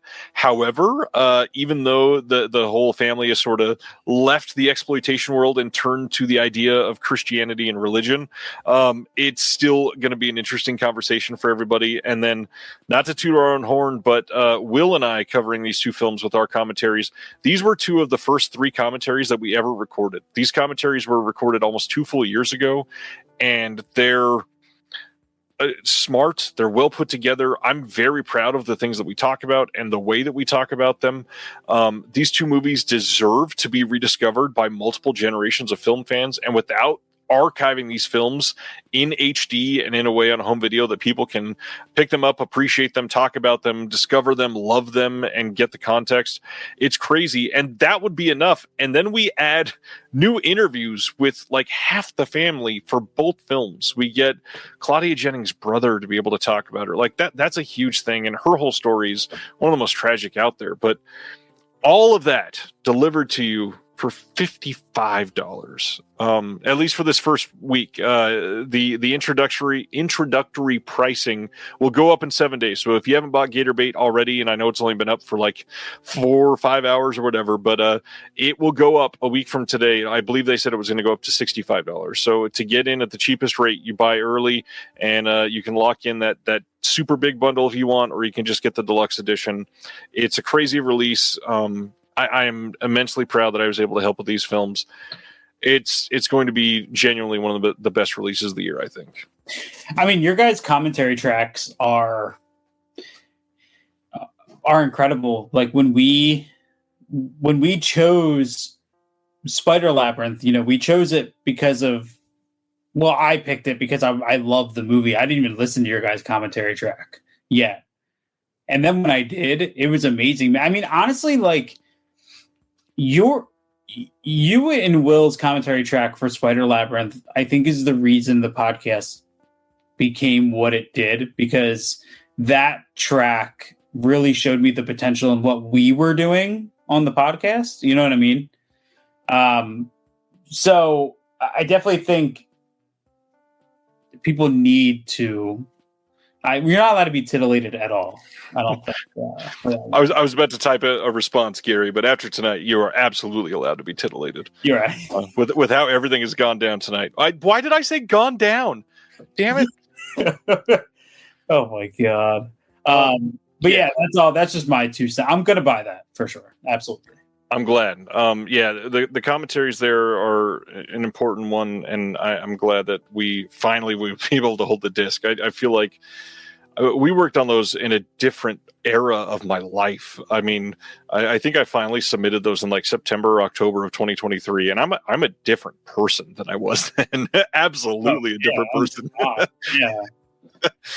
I don't even remember September of 2023. What's crazy is the first commentary that we ever recorded still's not even been announced. Like we're waiting on pins and needles to find out that this company's finally announcing it. We heard maybe by the end of this year, so we'll see. I can't like fathom the amount of anxiety I would have doing something for a company. I get anxiety about stuff that I'm doing just for my own self. I can't imagine doing something for another company, That doesn't go away. I still worry every single time. I send something in and I'm like, oh, they're going to discover that I'm a fraud, that I'm fucking terrible. Dude, I'm the type of person who's like, every time like I come on this or I go on the podcast, I'm like, please don't sound like a fucking idiot. Please don't sound, you get, like, anytime you're doing something live or you're recording, you always say something and you're like, I know that was wrong, but for some reason I just said that anyway. You know what I mean? Like, you. I probably shouldn't reveal this, but we end, I think it was Gatorbait 2, we end with one of the funniest things we've done on any of our commentaries, and I cannot wait to hear some people that actually listen to the commentary comment on it, because it's so fucking funny. I remember during the Spider Labyrinth one when Will points out the butthole. I forget exactly how he says it, and there was like a brief pause in the commentary after that. And I was like, I know this is edited, but I like to think that was just a moment of because you can hear Will slowly getting to it. Like you Right. can start getting there, and then he says it, and then there's just a pause of, okay, let's gather ourselves now. Let's get. Yeah. I truly think we peaked on that front with the Felidae release from Deaf Crocodile when we were using puns like sadomeowsichism. Sadomasochism. Like, I tell you, man, you're really hitting the. I was about to say something insane. I'm not going to say that. All right. After the conversation on budgets, there's so much that I just want to go into. I mean, any questions? I hope most people listening or watching live understand that I am an open book. I can share as much as I can without, if I feel like it would put something in danger, I'm not going to share it, but I will happily give a range or share how things happened or anything. So if anybody ever wants to know something, just DM me. Not to use this as to promote or anything like that, but this is a really good conversation to have openly in my Discord. If you want to be a part of that, the link for the Patreon is below. This is the sort of thing all these people, we have people from Vinegar Syndrome, we have people from TerraVision, we have people from Deaf Crocodile, we have people from theaters, we have people that work for big streamers, we have people, we have at least one or two filmmakers, I believe, that are all in the Discord, and having these conversations in the Discord openly, everybody gets to learn from that and then share that information throughout the world, and everything gets better because more information is always better. So, if you ever want to have more of those conversations, come join the Discord. We'd be thrilled to talk about them there. Other people can provide more of their experience. I mean, there's people from tons of the podcast on our network in there. We'd love to have you, so come check it out. Other than your show, anything else you want to shout out for you? I know you're back on YouTube. You want to talk about that at all? Yeah, I mean, I just started going back on and just kind of talking about stuff that I've been watching. It's nothing I don't have a set schedule for it. I don't have any even expectations. Once I watch a couple of things that I feel like I'm ready to talk about, then I'll make a nice casual. Somebody left a comment on my last video and said this was like hanging out with a friend at a bar you haven't seen in a while. So that's kind of the style I want to bring to it.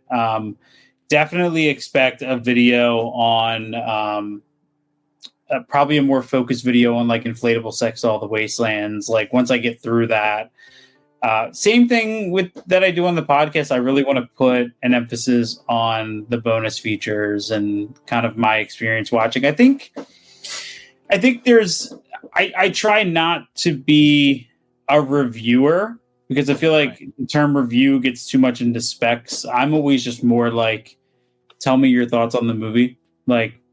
That's what's most important to me, and that's kind of what I try to do on that. But yeah, I mean, I'm not really chasing subs on there, but yeah, if you want to hang out and just kind of chat, that's where my Instagram is where I think I put the most work into outside the podcast. I'm hitting the G spot of the unboxing experience. You said that 4 times tonight, and it gets more unsavory each time. Honestly, it rolls off the tongue so much better. Okay.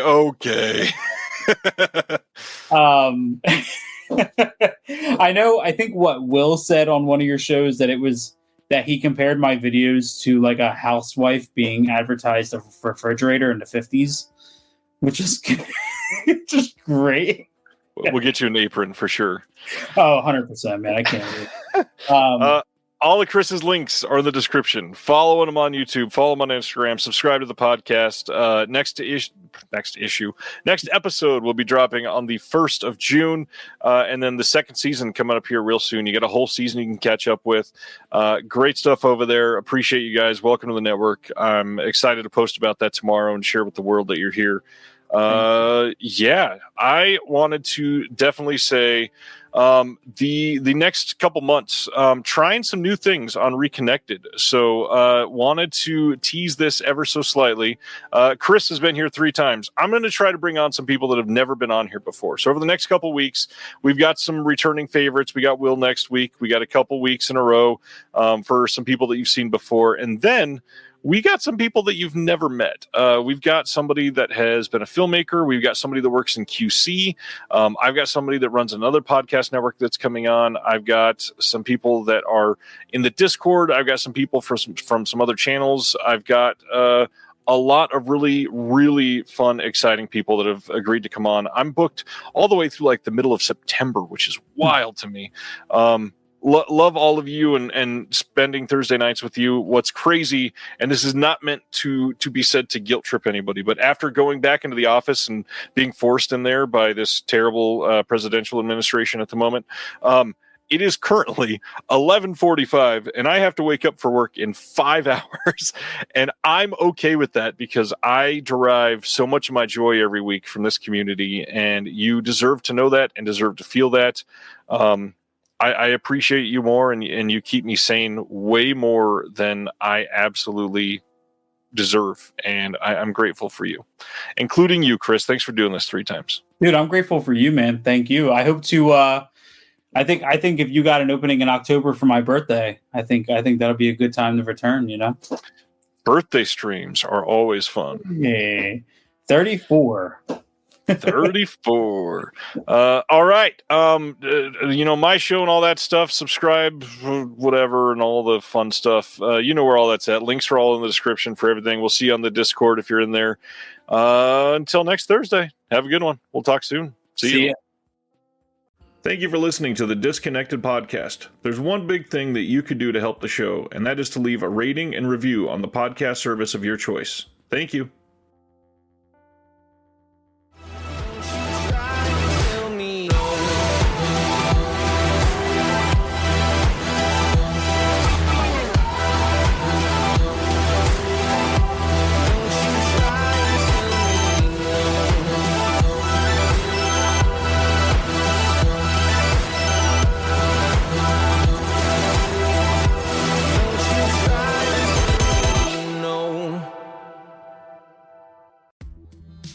Hello, this is Chris Haskell from They Live by Film.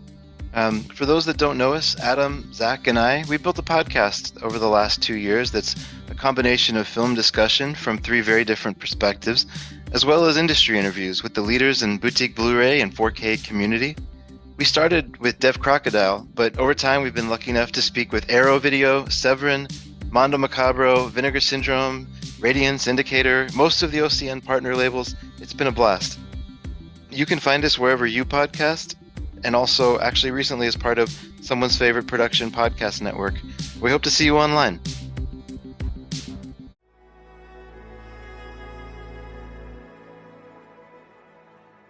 Thank you for listening.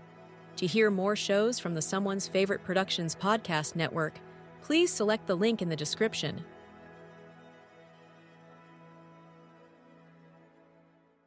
If you don't know about flyer deals on Instacart, this message is for you.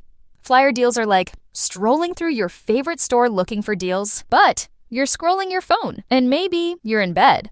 Because getting delivery doesn't mean you have to miss deals like you'd get at the store, like the one creamer that doesn't make your stomach hurt, or the pasta sauce you can't not buy when it's on sale. So download the Instacart app, shop flyers, and never miss a deal on one of your favorites. Plus, get delivery in as fast as 30 minutes.